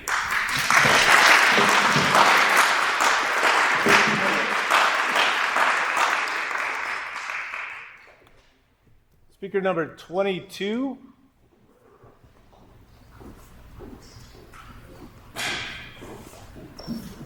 Hi. Thank you, Commissioners, for listening to all of us in the community. I really appreciate it. My name is Melissa Katz. I live in Denver, and I am a member of Colorado Jewish Climate Action. One of the core values in Judaism is to cuddle them, take care of the world. And that's why I've become a member of this advocacy group to advocate, educate, and ensure that we are taking care of our planet by making sure we deal with the climate impact the climate crisis that we are dealing with today. I'm going to start by saying that the 21 people before me, I agree with everything they said, except for they've been quoting numbers about where Colorado ranks in the lung, according to the American Lung Cancer Association. I think it depends on what you're looking at, but what I just looked at is Denver is number 6 worst city in the country. And why is that? A lot of it is due to what you've heard. So I'm not going to repeat what everybody else has said, but I want to build from my own personal perspective. My background is I am an engineer. I've spent many years with a consumer products company looking at projects and evaluating them using a tool called a risk assessment. And what we do with that risk assessment is we determine whether we can come up with a risk mitigation plan, or we decide whether we kill the project because the risks are just too great and the payoff isn't there. What I would say is, from what you've heard from the community, is that they see a real risk with a high probability to our safety, our health, our environment. Case in point, we just had that blowout in the well. So probability is pretty high, unless, as you've heard from the doctor before me, that a plan is in place, we figure out how to mitigate the risk against another blowout. So my request to you is, one, I feel that the risks are high, and past performance indicates that a real risk mitigation plan won't be put in place. So I ask that you reject this proposal.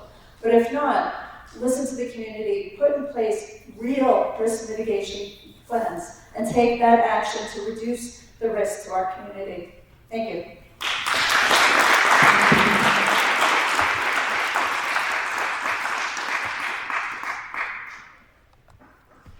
'23. Thank you. Good evening. My name is Dr. Jason Wu. I'm a teacher. I am proud to call this community my home, but I am saddened that the state and commission seem willing to compromise a primary drinking source and invite childhood cancer in a foolish gamble with one of the state's most precious assets, the reservoir. This plan is in complete contradiction to the will of the people, which leads me to ask myself, honestly, who's getting paid? Water.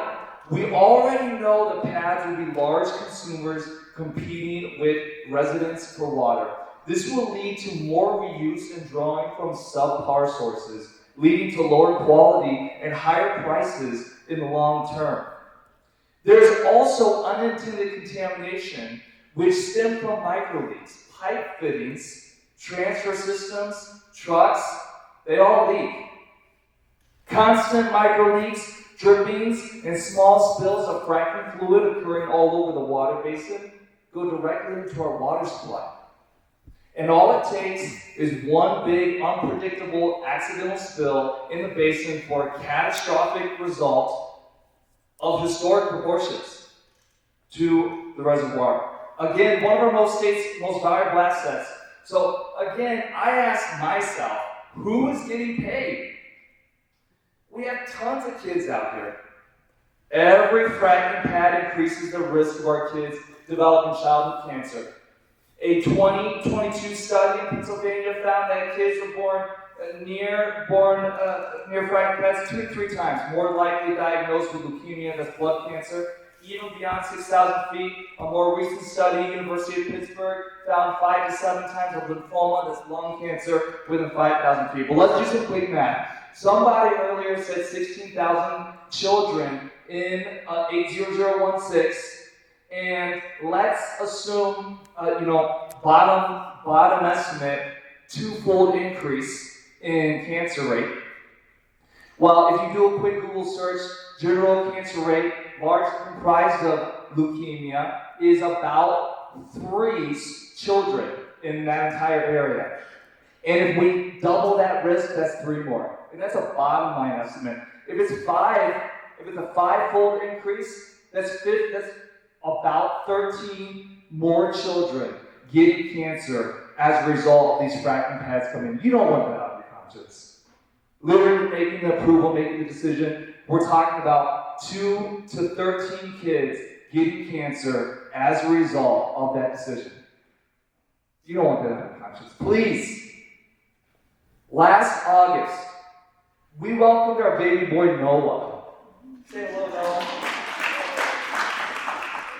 One of the things I love about Noah the most is the way he expresses joy. When he's happy, he just lifts his hands up and he says, ah, ah. We have strong evidence showing that approval of this plan will put the health of Noah and kids like him at direct risk. So commission members, please kill this thing. You can do it. Don't compromise the primary water supply and childhood health in a dense residential area, even in the face of very strong commercial interest. You can do it.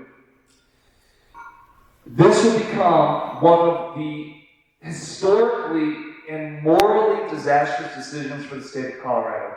Reject the OGDP, reject the comprehensive area plan. Please, you can do it.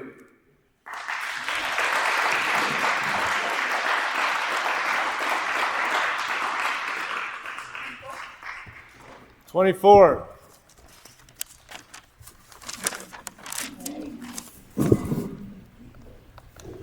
Hi, Commissioners. My name is Alicia Kumatakis, and I was born and raised here in Aurora, Colorado, along with my husband. I was the first graduating class at Grandview High School. The road, literally, Arapahoe Road, did not go past Liverpool, so none of this existed about 20-some years ago.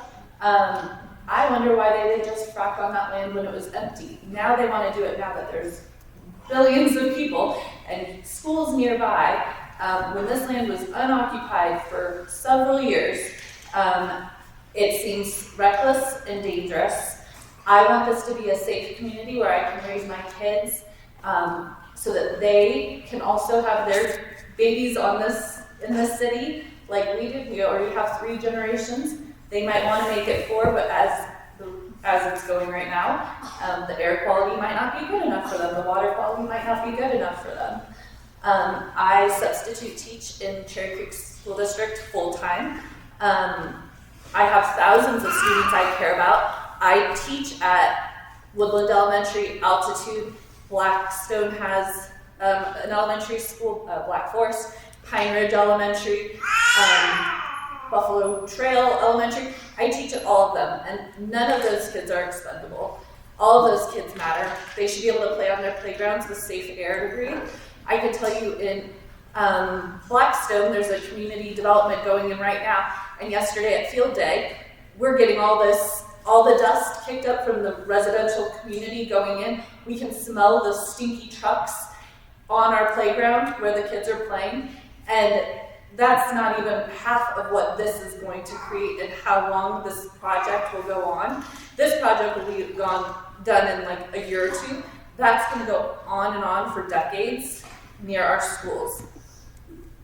The children that I taught today, 5th graders, they're learning about Aurora water wizards. They're participating in a program where children are learning about Aurora's water resources and how they can be good stewards of the environment and take care of our water here in Aurora. That is a very precious resource and limited, and it's hugely ironic that we're trying to teach these kids to do their small little part to make our water last and conserve it and not pollute it while this is going on in their backyards. My children are 6th graders at Foxridge Elementary, and they're learning about irony in their language arts class. And this is truly ironic that we have little 5th graders learning about how to be good stewards of our environment, and these adults are coming in and trying to destroy it. The proximity of this project is what's super concerning to me. At the very minimum, pushing this way away from our communities. There's a lot of open land, so surely this rich billionaire company can afford to push their things back, and if it's not worth the effort for them to push it back, then maybe it's not worth it to do it at all. I'm really worried about the Weld County blowout that just happened, as other people have spoken about, and I think that that's just a matter of time before it happens again. They have no real regulations put on them. I urge you to uphold your mission.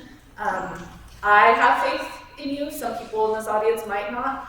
I do put faith in you, and I hope you'll do the right thing because our kids are watching. My daughter, while we were sitting here, wrote a poem, and so I know my blinker's bleeping, but maybe you could start it over for her to read her poem. Time is a clock, this time going back to a time that has passed, a time we should learn from.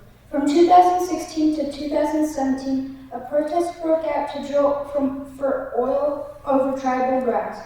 Burial grounds that were sacred. Fights went on, arrests were made, the aftermath, trauma, sadness. Still there was an oil pipeline. What was learned then wasn't that this should happen. It proved that people need to listen.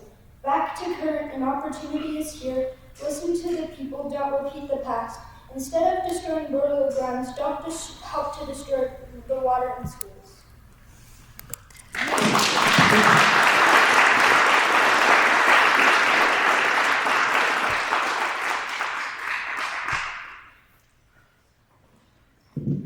Good evening, Commissioners. I'm Brian Matisse. I'm from totally across from Aurora, Colorado.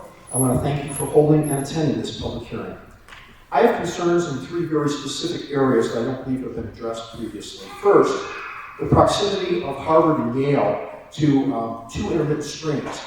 If you look at the hydrology map that is included in the applicant's packet, the Harvard-Yale sites are located about 615 feet and 675 feet respectively from two intermittent streams. What's more concerning is these intermittent streams are tributaries to Box Elder Creek, which is an important wildlife area.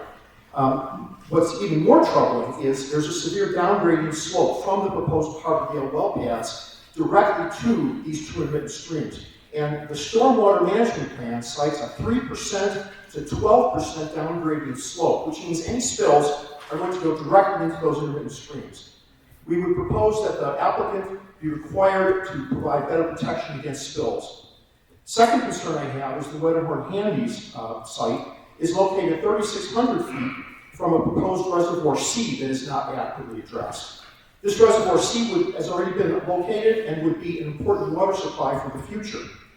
What's more troubling is the riparian area around that could extend within 2,000 feet of these well pads and has not been adequately addressed. That reservoir C needs to be addressed in your plan. The third consideration is the wildlife mitigation plan, which I believe is completely inadequate. The applicant acknowledges that both well pads, both the Harvard-Yale and Wetterhorn Handies, are in high priority habitats for pronghorn winter migration, but they propose not to mitigate, to protect these wildlife, but instead they propose to drill, they propose to operate during the winter migration sensitive season, and instead just pay a higher amount to Colorado, to Colorado wildlife. I would state that as improper, that the Commission should require as a conditional approval that there be no additional work being done during that migration season in the wintertime. Finally, with wildlife mitigation also, two items are not addressed, and that is the location of the proposed access site to the burrowing owl habitat. If you'll notice, the burrowing owl habitat is directly adjacent to the proposed access road that's going to be put in. That's the absolutely worst location for the access road. It will disturb that high priority of burrowing owl. There's also additional wildlife that are sensitive in Colorado, including the swift fox, including the swainsome hawk, and including the red-tailed hawk, all of which have nests in that area that once again have not been adequately addressed. I hope that you will protect the environment and protect the wildlife. Thank you.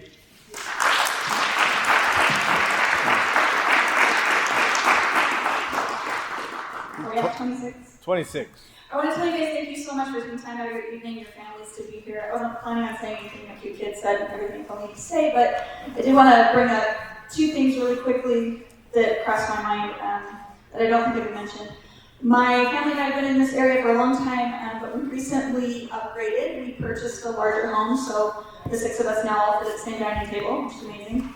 But as part of that property sale, we were asked by multiple sellers, or multiple buyers on our end as sellers, about this issue, about fracking, about well pads near these sites that are proposed. And obviously Sunlight Long is the closest one in, but property values matter a lot to those of us that are scraping together to be able to afford houses in Colorado. It's a tough time to have a house in Colorado, and when we have to consider the fact that having these well pads on the horizon is going to impact our ability to retain the equity in these homes that we're investing our family's wealth in, that's a huge deal, and I don't think it's been part of the conversation yet, that no one wants Arapahoe County to look like Will County. No one wants us to have these things in our backyard. And that's the other point I wanted to make. I am missing 2 other kid events actually to be here tonight. There are a few families and young kids here, but when you look at the room of people here, I don't think the vast majority are in support of any of this happening. And each one of us has to represent thousands of people in this area. So if you can picture in your mind, on top of everyone's head that's sitting in this room, thousands of tiny miniatures of the people in their neighborhood, the people in their school catchment, the people that live in this large area that's going to be impacted like this. This room does not represent what this area impacts. You have to think so much bigger than that, because the amount of wells that have been put out in Will County is pretty outrageous, and to see the ones that are proposed for these areas so close to our homes blows my mind, because we're not rural. This is heavily, densely populated suburbia, where we are really working hard to create the kinds of schools and the kinds of parks and the kinds of environments where people want to raise their families. It is not land that's appropriately best used for drilling for oil and gas. It's different from places in Colorado that have had this heavy-duty drilling happening. I don't have enough understanding of the details to know what thresholds have passed. I know that the CAP general approval's already been there, and I know this meeting tonight is about 2 specific pads, but if I could just add my voice to the chorus of people that are saying, this is not what anyone wants. This is not what anyone in any of our communities want. I've talked to dozens of my friends. 2 of them were going to try to be here tonight, but they rescheduled their PTO meetings, so they couldn't be here. And every single person that I've talked to, the word that best summarizes their reaction to the details of this plan is horror. No one can believe that this is happening here. And like people have said, I think we're in Broomfield's shoes. I don't think there's a way to actually stop us short of chaining ourselves to bulldozers 2 years from now. But if there's anything under your power that you can do, God, I'm emotional, to protect my family and protect my kids from these risks. It's real, it's not imaginary. I have my beautiful 14-year-old and 11-year-old that are going to grow up and leave us. I also have a 4-year-old and a 7-year-old, and we're invested in this community and their lives here. And if they have to grow up with this construction going on while they're in elementary school, and the ongoing air pollution from those pads in middle and high school, that's going to impact them the rest of their lives. They're going to carry that with them. So whatever you have the capability to do, I want you to imagine in your minds, as you're going back in your meetings and you're doing your very important work, I want you to picture all of those kids standing up like they're at an elementary school assembly, like you're walking at Yale graduation. Please see their faces in your minds and realize they don't have a choice to go somewhere else. They don't have a choice to wear a gas mask to school. When we drove up here and we were trying to find parking and we saw that one of the pavilions here was sponsored by Civitas. You guys see that? He's like, that's interesting. The hand-holding happening between our local government representatives and the community that they're supposed to be protecting and the industry that they're supposed to be regulating doesn't seem to be going in the direction that's in our favor.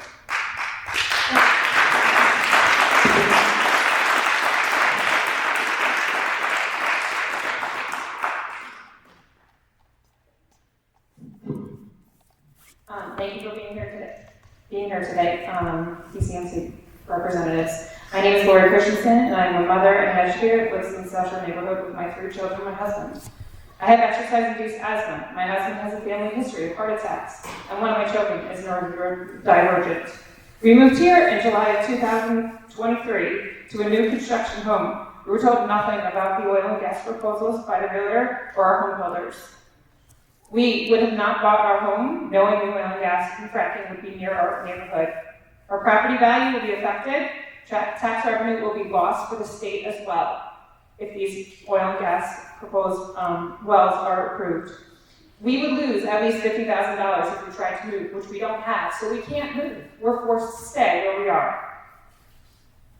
Our children are also settled now in their school, and they would be forced to move yet again to another school, another district, and that's unfair to them.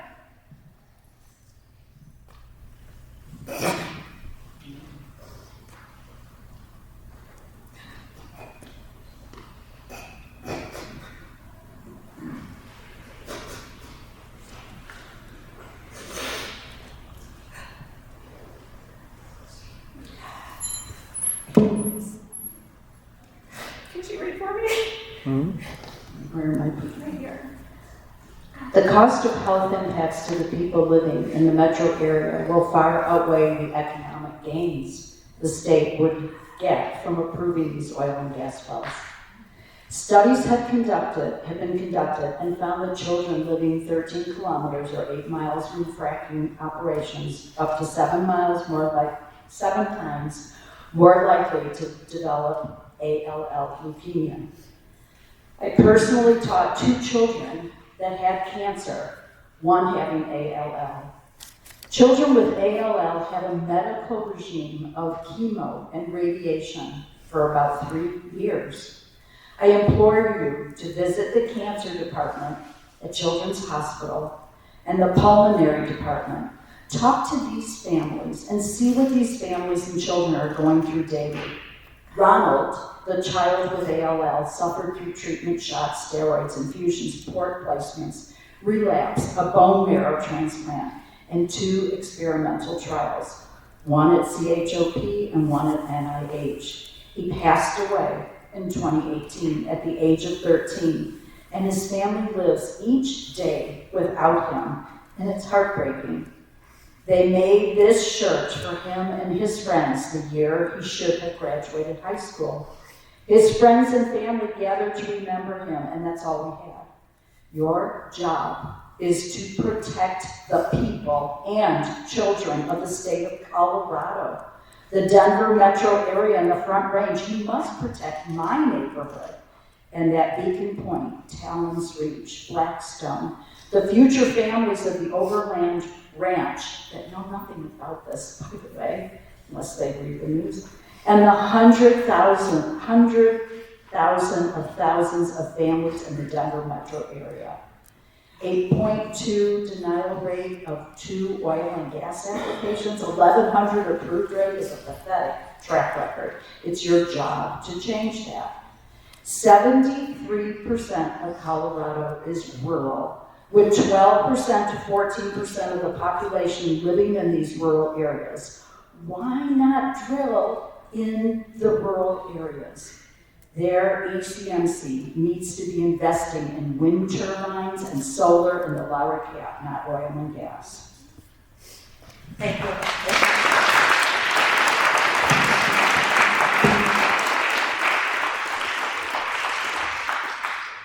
28.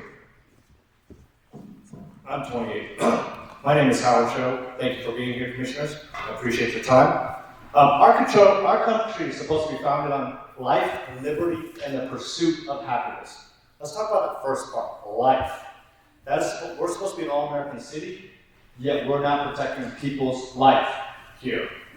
My wife has worked in Aurora since we moved to Colorado, and I've worked here for the last 10 plus years. Both my kids grew up in daycare and in early education here in Aurora. Hydraulic fracturing wells have had so many adverse health and environmental risks, not to mention economic risks, which are often passed to taxpayer in the form of orphan wells. In 2021, I wrote a piece that was published about 600 plus orphan wells here in the state of Colorado. Colorado now has 1,725 orphan wells with 912 that still need to be properly plugged. Regulators spent nearly $15 million last year to decommission these oil field plug wells, take samples for environmental testing, and clean up sites, the most in state history. Now let's go back to the methane. According to Colorado State University, unplugged orphan wells in Colorado emit on average 70 more times methane. 70 more times. And let's go back to the Lowry Ranch cap. That problem that everyone has talked and brought tons and tons of empirical data, compounded with the fact that the Denver Metro North Front Range EPA status of severe non-attainment for ozone pollution, as well as its proximity to the Lowry landfill Superfund site and the Aurora Reservoir. Civitas has declined to adopt the EPA recommendation to establish a protected buffer zone within the cap. Pipes would run less than 500 feet from reservoir's edge and 3,000 feet from homes. Aurora Reservoir is the largest container of fresh water supply of the city. I wanted just to repeat a few more data points that may have already been stated. 73,000 tons of air pollutants because of this. 10,000 households exposed to increased health risks, including asthma, heart disease, childhood cancer, which we just heard about. 3.9 billion gallons of contaminated fresh water. When you're looking at all the data available, shouldn't our lives be more important? Shouldn't my children's lives be more important? Why is profit more important than the life of our children? Life, liberty, and pursuit of happiness. Life should be the priority. Please do not allow Civitas to sacrifice our lives, our children's lives, over their profit. Be courageous, even if others will not be. Do not approve this like our lives depend on it, because it does. Thank you.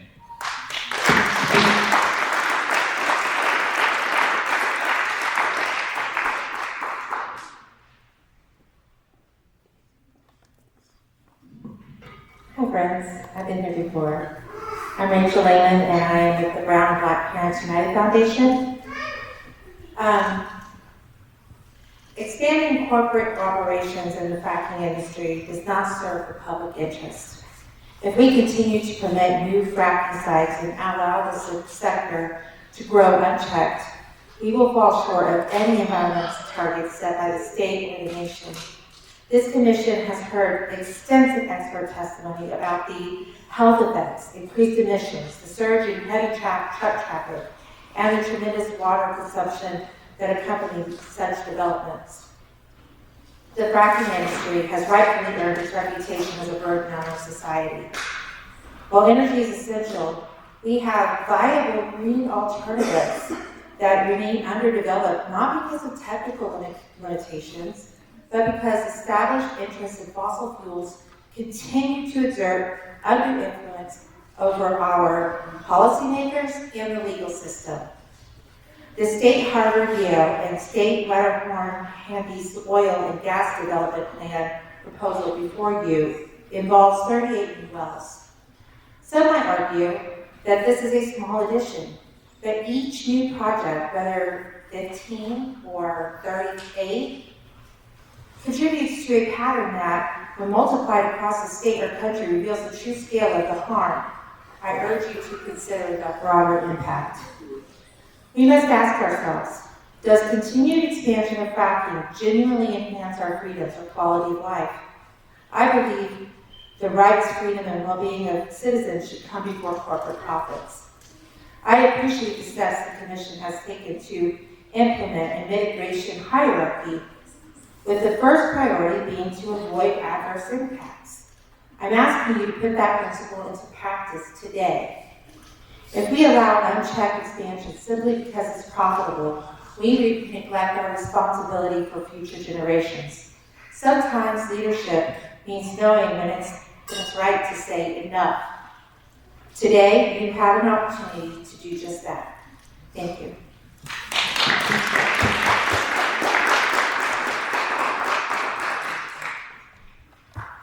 Speaker 30.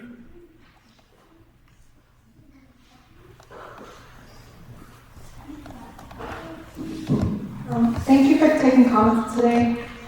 I want to first acknowledge that Mom's Clean Air Force, we acknowledge that we're on the ancestral lands of over 574 tribal nations, including the 48 tribes that have ancestral direct ties to this land that we consider and call Colorado.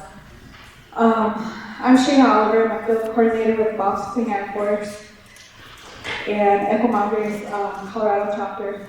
We are over 43,000 moms, dads, and caregivers united for our children's right to live, learn, play, and breathe clean air in a safe environment. Parents across Colorado are enduring public health impacts from increased encroachment of oil and gas developments near homes, schools, hospitals, libraries, museums, community centers, parks, farms, streams, and agricultural irrigation waterways. Most importantly, our children's health is being impacted. As moms, we know oil and gas sites and operations expose families nearby to high levels of methane emissions, along with many other harmful air pollutants like benzene, nitrogen oxides, and hydrogen sulfide. These harmful pollutants are known to increase risks to certain forms of cancer, adverse birth outcomes, including preterm birth and low birth weight, central nervous system toxicity, and respiratory harm. The EPA have also made strong concerns that drilling in close proximity of the Laurie landfill Superfund site would put the Aurora Reservoir at risk. Concerns have been raised that any seismic activity from drilling could jeopardize the containment and allow contaminants to enter the aquifer system that millions of Coloradans rely on.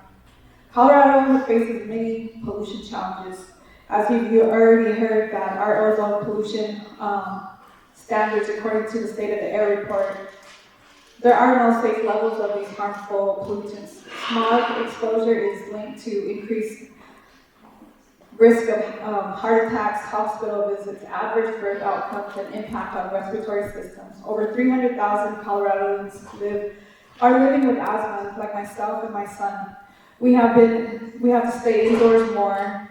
We have missed school days, work days, and missed opportunities with increased health costs due to the lack of education and strengthened protections on oil and gas operations and sites. Nearly 18 million individuals across the U.S. live within 1 mile of an active oil and gas well. Colorado Moms Clean Air Force Echo Madre calls for your leadership to reject Crestone, State, Harvard, Yale, and State Wetterhorn, Handies oil and gas development plan. That our children are counting on us and your leadership. So thank you.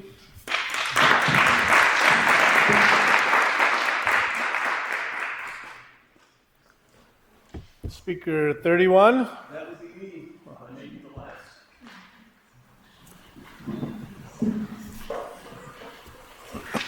Good evening. My name is Randy Willard. I'm a resident of Southeast Aurora and the president of Save the Aurora Reservoir.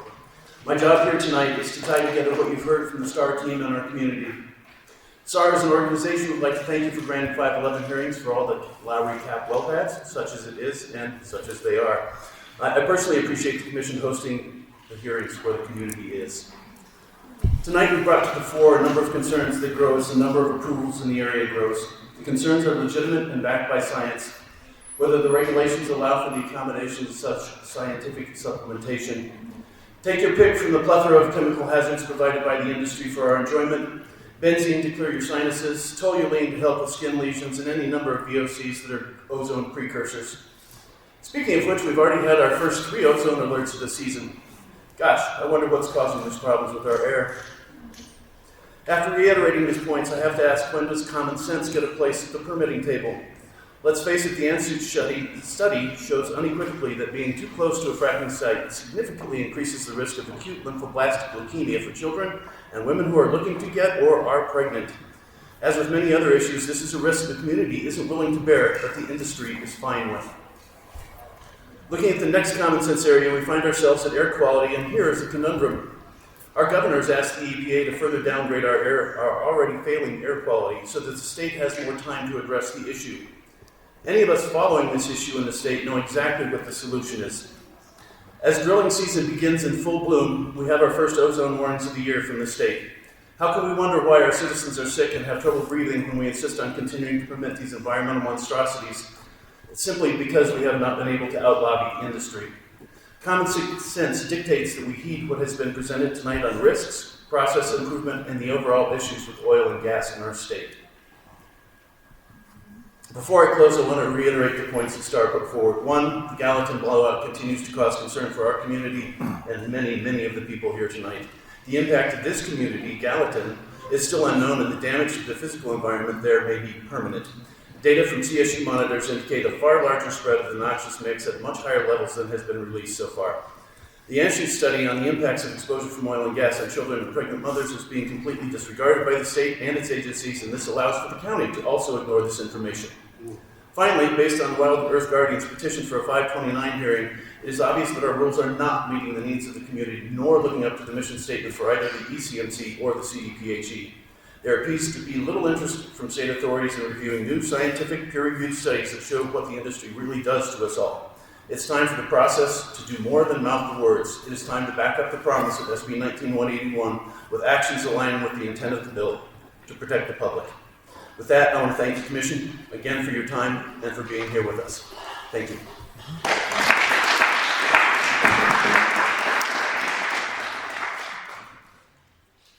Is there speaker 32?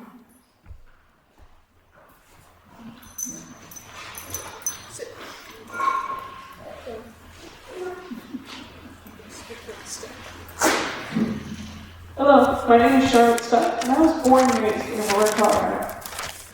I wanted to talk to you about a very simple analogy very early on in life. I was learning gun safety. A very smart man said to me, when you fire a gun, whatever you hit is your responsibility. You might be shooting a bad guy, but if you blow up a bus full of guns, that's on you. And I truly think that's what the situation is. We cannot count the cost to our children, to our community, to our water, and to our wildlife.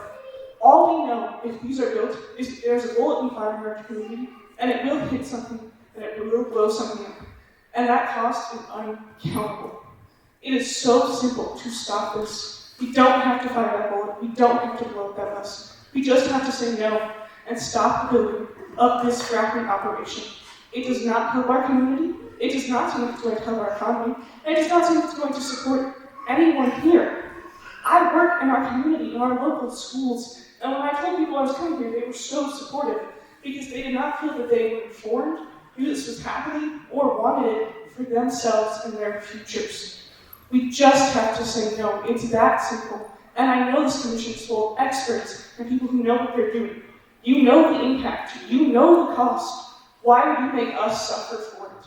It's not worth it to us or to you. You will live the rest of your life knowing that you fired that bullet, you killed those nuns, you did this to us if you say yes. All you have to do is say no. It's really simple. I was taught it at 13 for drugs, and it's been a principle the rest of my life. We can all do it. We're all adults. And it will save everyone things that we could be better off not having known more than three. Thank you.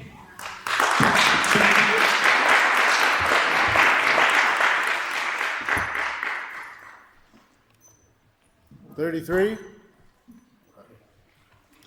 Thank you for being here. It's been about 3 years since I found out about this project. So when I tested about mineral rights under, asking someone to lease. And all I could think was, oh my God, here comes the drilling. I was one person, but I thank this room for being here. Just one person, just like seeing what is to come in the next 5 to 10 years. I drive down Smoky Hill Road and I see all these barriers now obfuscating this oil and gas infrastructure that has proliferated throughout the area. You drive down 70, it's literally an industrial complex. I'm upset. There is a lack of information out there about these projects. I know you guys are doing your best. I, as the Metro District, communications liaison, I'm doing my best to inform the community. I talk to them every single day. But what is Civitas and, Chevron doing the greenwashing the heck out of things, right? Like, I can't even get a YouTube video without like Chevron talking to me. It's that bad, right? So they have the funds. But are they telling the truth? They're only telling the happy story, right? I was in the Marines for about 13 years. I deployed to Korea, Afghanistan. I've been to the Philippines. I deployed with 31st Meal. And God, sitting on that ship was horrible. You could smell diesel 24/7, 7 months straight, right?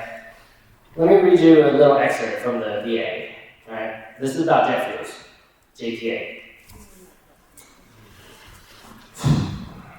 Let's see. Information on the effect of various types of jet fuels used by the armed forces on health of individuals by length of exposure. An overview of immediate symptoms of jet fuel exposure may include the following health risks. A timeline of reduced, let's see, that's not where I want.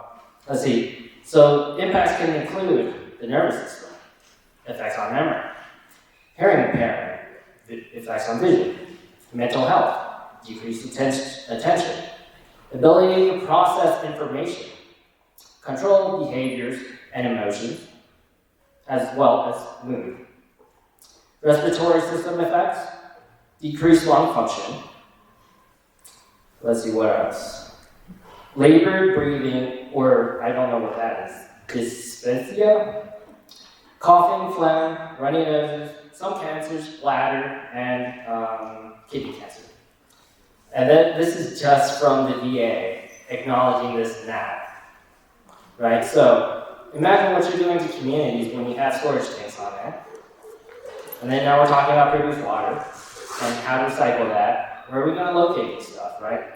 This stuff should have adequate buffer zones led by science. And when I talk to Trisha O and CDPHE and things like that, they're saying that the data is way too much. I'm like, okay, well, if you're sampling data from 3 different monitors at each site, and you have at least 1,000 sites, that gives you 3,000 monitors.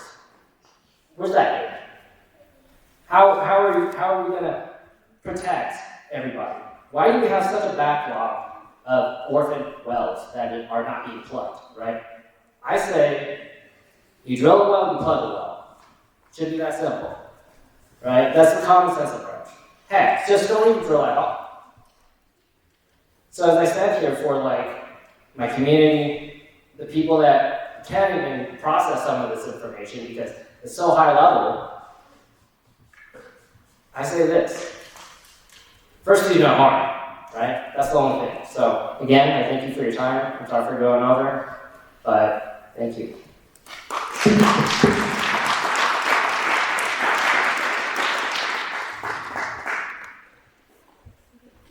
Is there a speaker 34?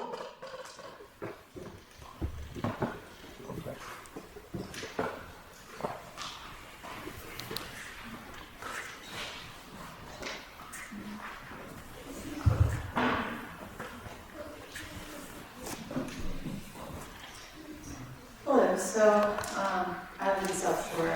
I've been here, my daughter is my benchmark for how long this has been going on. She was born in October of 2050. I'd like to say how difficult it is for people who are being impacted to fully be educated, not by some class, and also to attend and comment on these meetings. Today, as someone stated before, is Ozone Action Day. My son had his field day today, so they didn't really get a choice on whether to be outside. They're also going to outdoor ed for the next 3 days. And I have moms who are deeply disturbed because their children can't breathe. They are scared out of their minds to send their children to outdoor ed for the next 2 days because the last couple of nights they have not slept due to not being able, their sons and other children being unable to breathe. They have been rushing to the doctors, getting steroids. They can't come here tonight because they're trying to make sure that their children can stay alive for the next 2 days while they're not going to be in their care. As we pulled in, my daughter said, I don't want to be here. It's not happy, it's sad. And it is sad. I don't want to have to be here either to tell you what I've seen has been the choice to ignore that we are being harmed by your actions thus far. So I brought everybody here, and I'm going to keep coming to say, please deny the fracking in our community and make the outdoors a safe place for us to live, because that's where we do live. Thank you.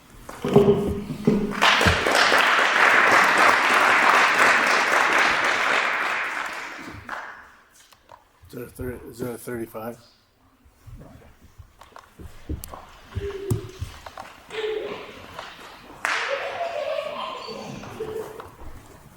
Just checking that there's not a 35. I don't think there is.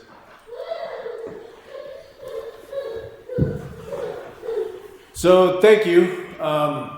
Thank you for having the courage and taking the time to be here and provide your thoughts, provide your perspective. As everyone knows, the OGDP hearing, the formal hearing, will be on July 2nd, where you'll have another opportunity, should you choose to provide additional thoughts or perspectives at the hearing. This meeting tonight has been recorded. It will also be part of the record and will be posted, I think, on the website. And so if folks were unable to attend tonight and wanted to hear the perspective of the community members, this will be available for them to listen to. But mostly I just want to thank you for taking the time out, providing your perspective, and I hope everyone has a good evening. And if you need any additional information on the hearing process, it's available on the website. So thank you.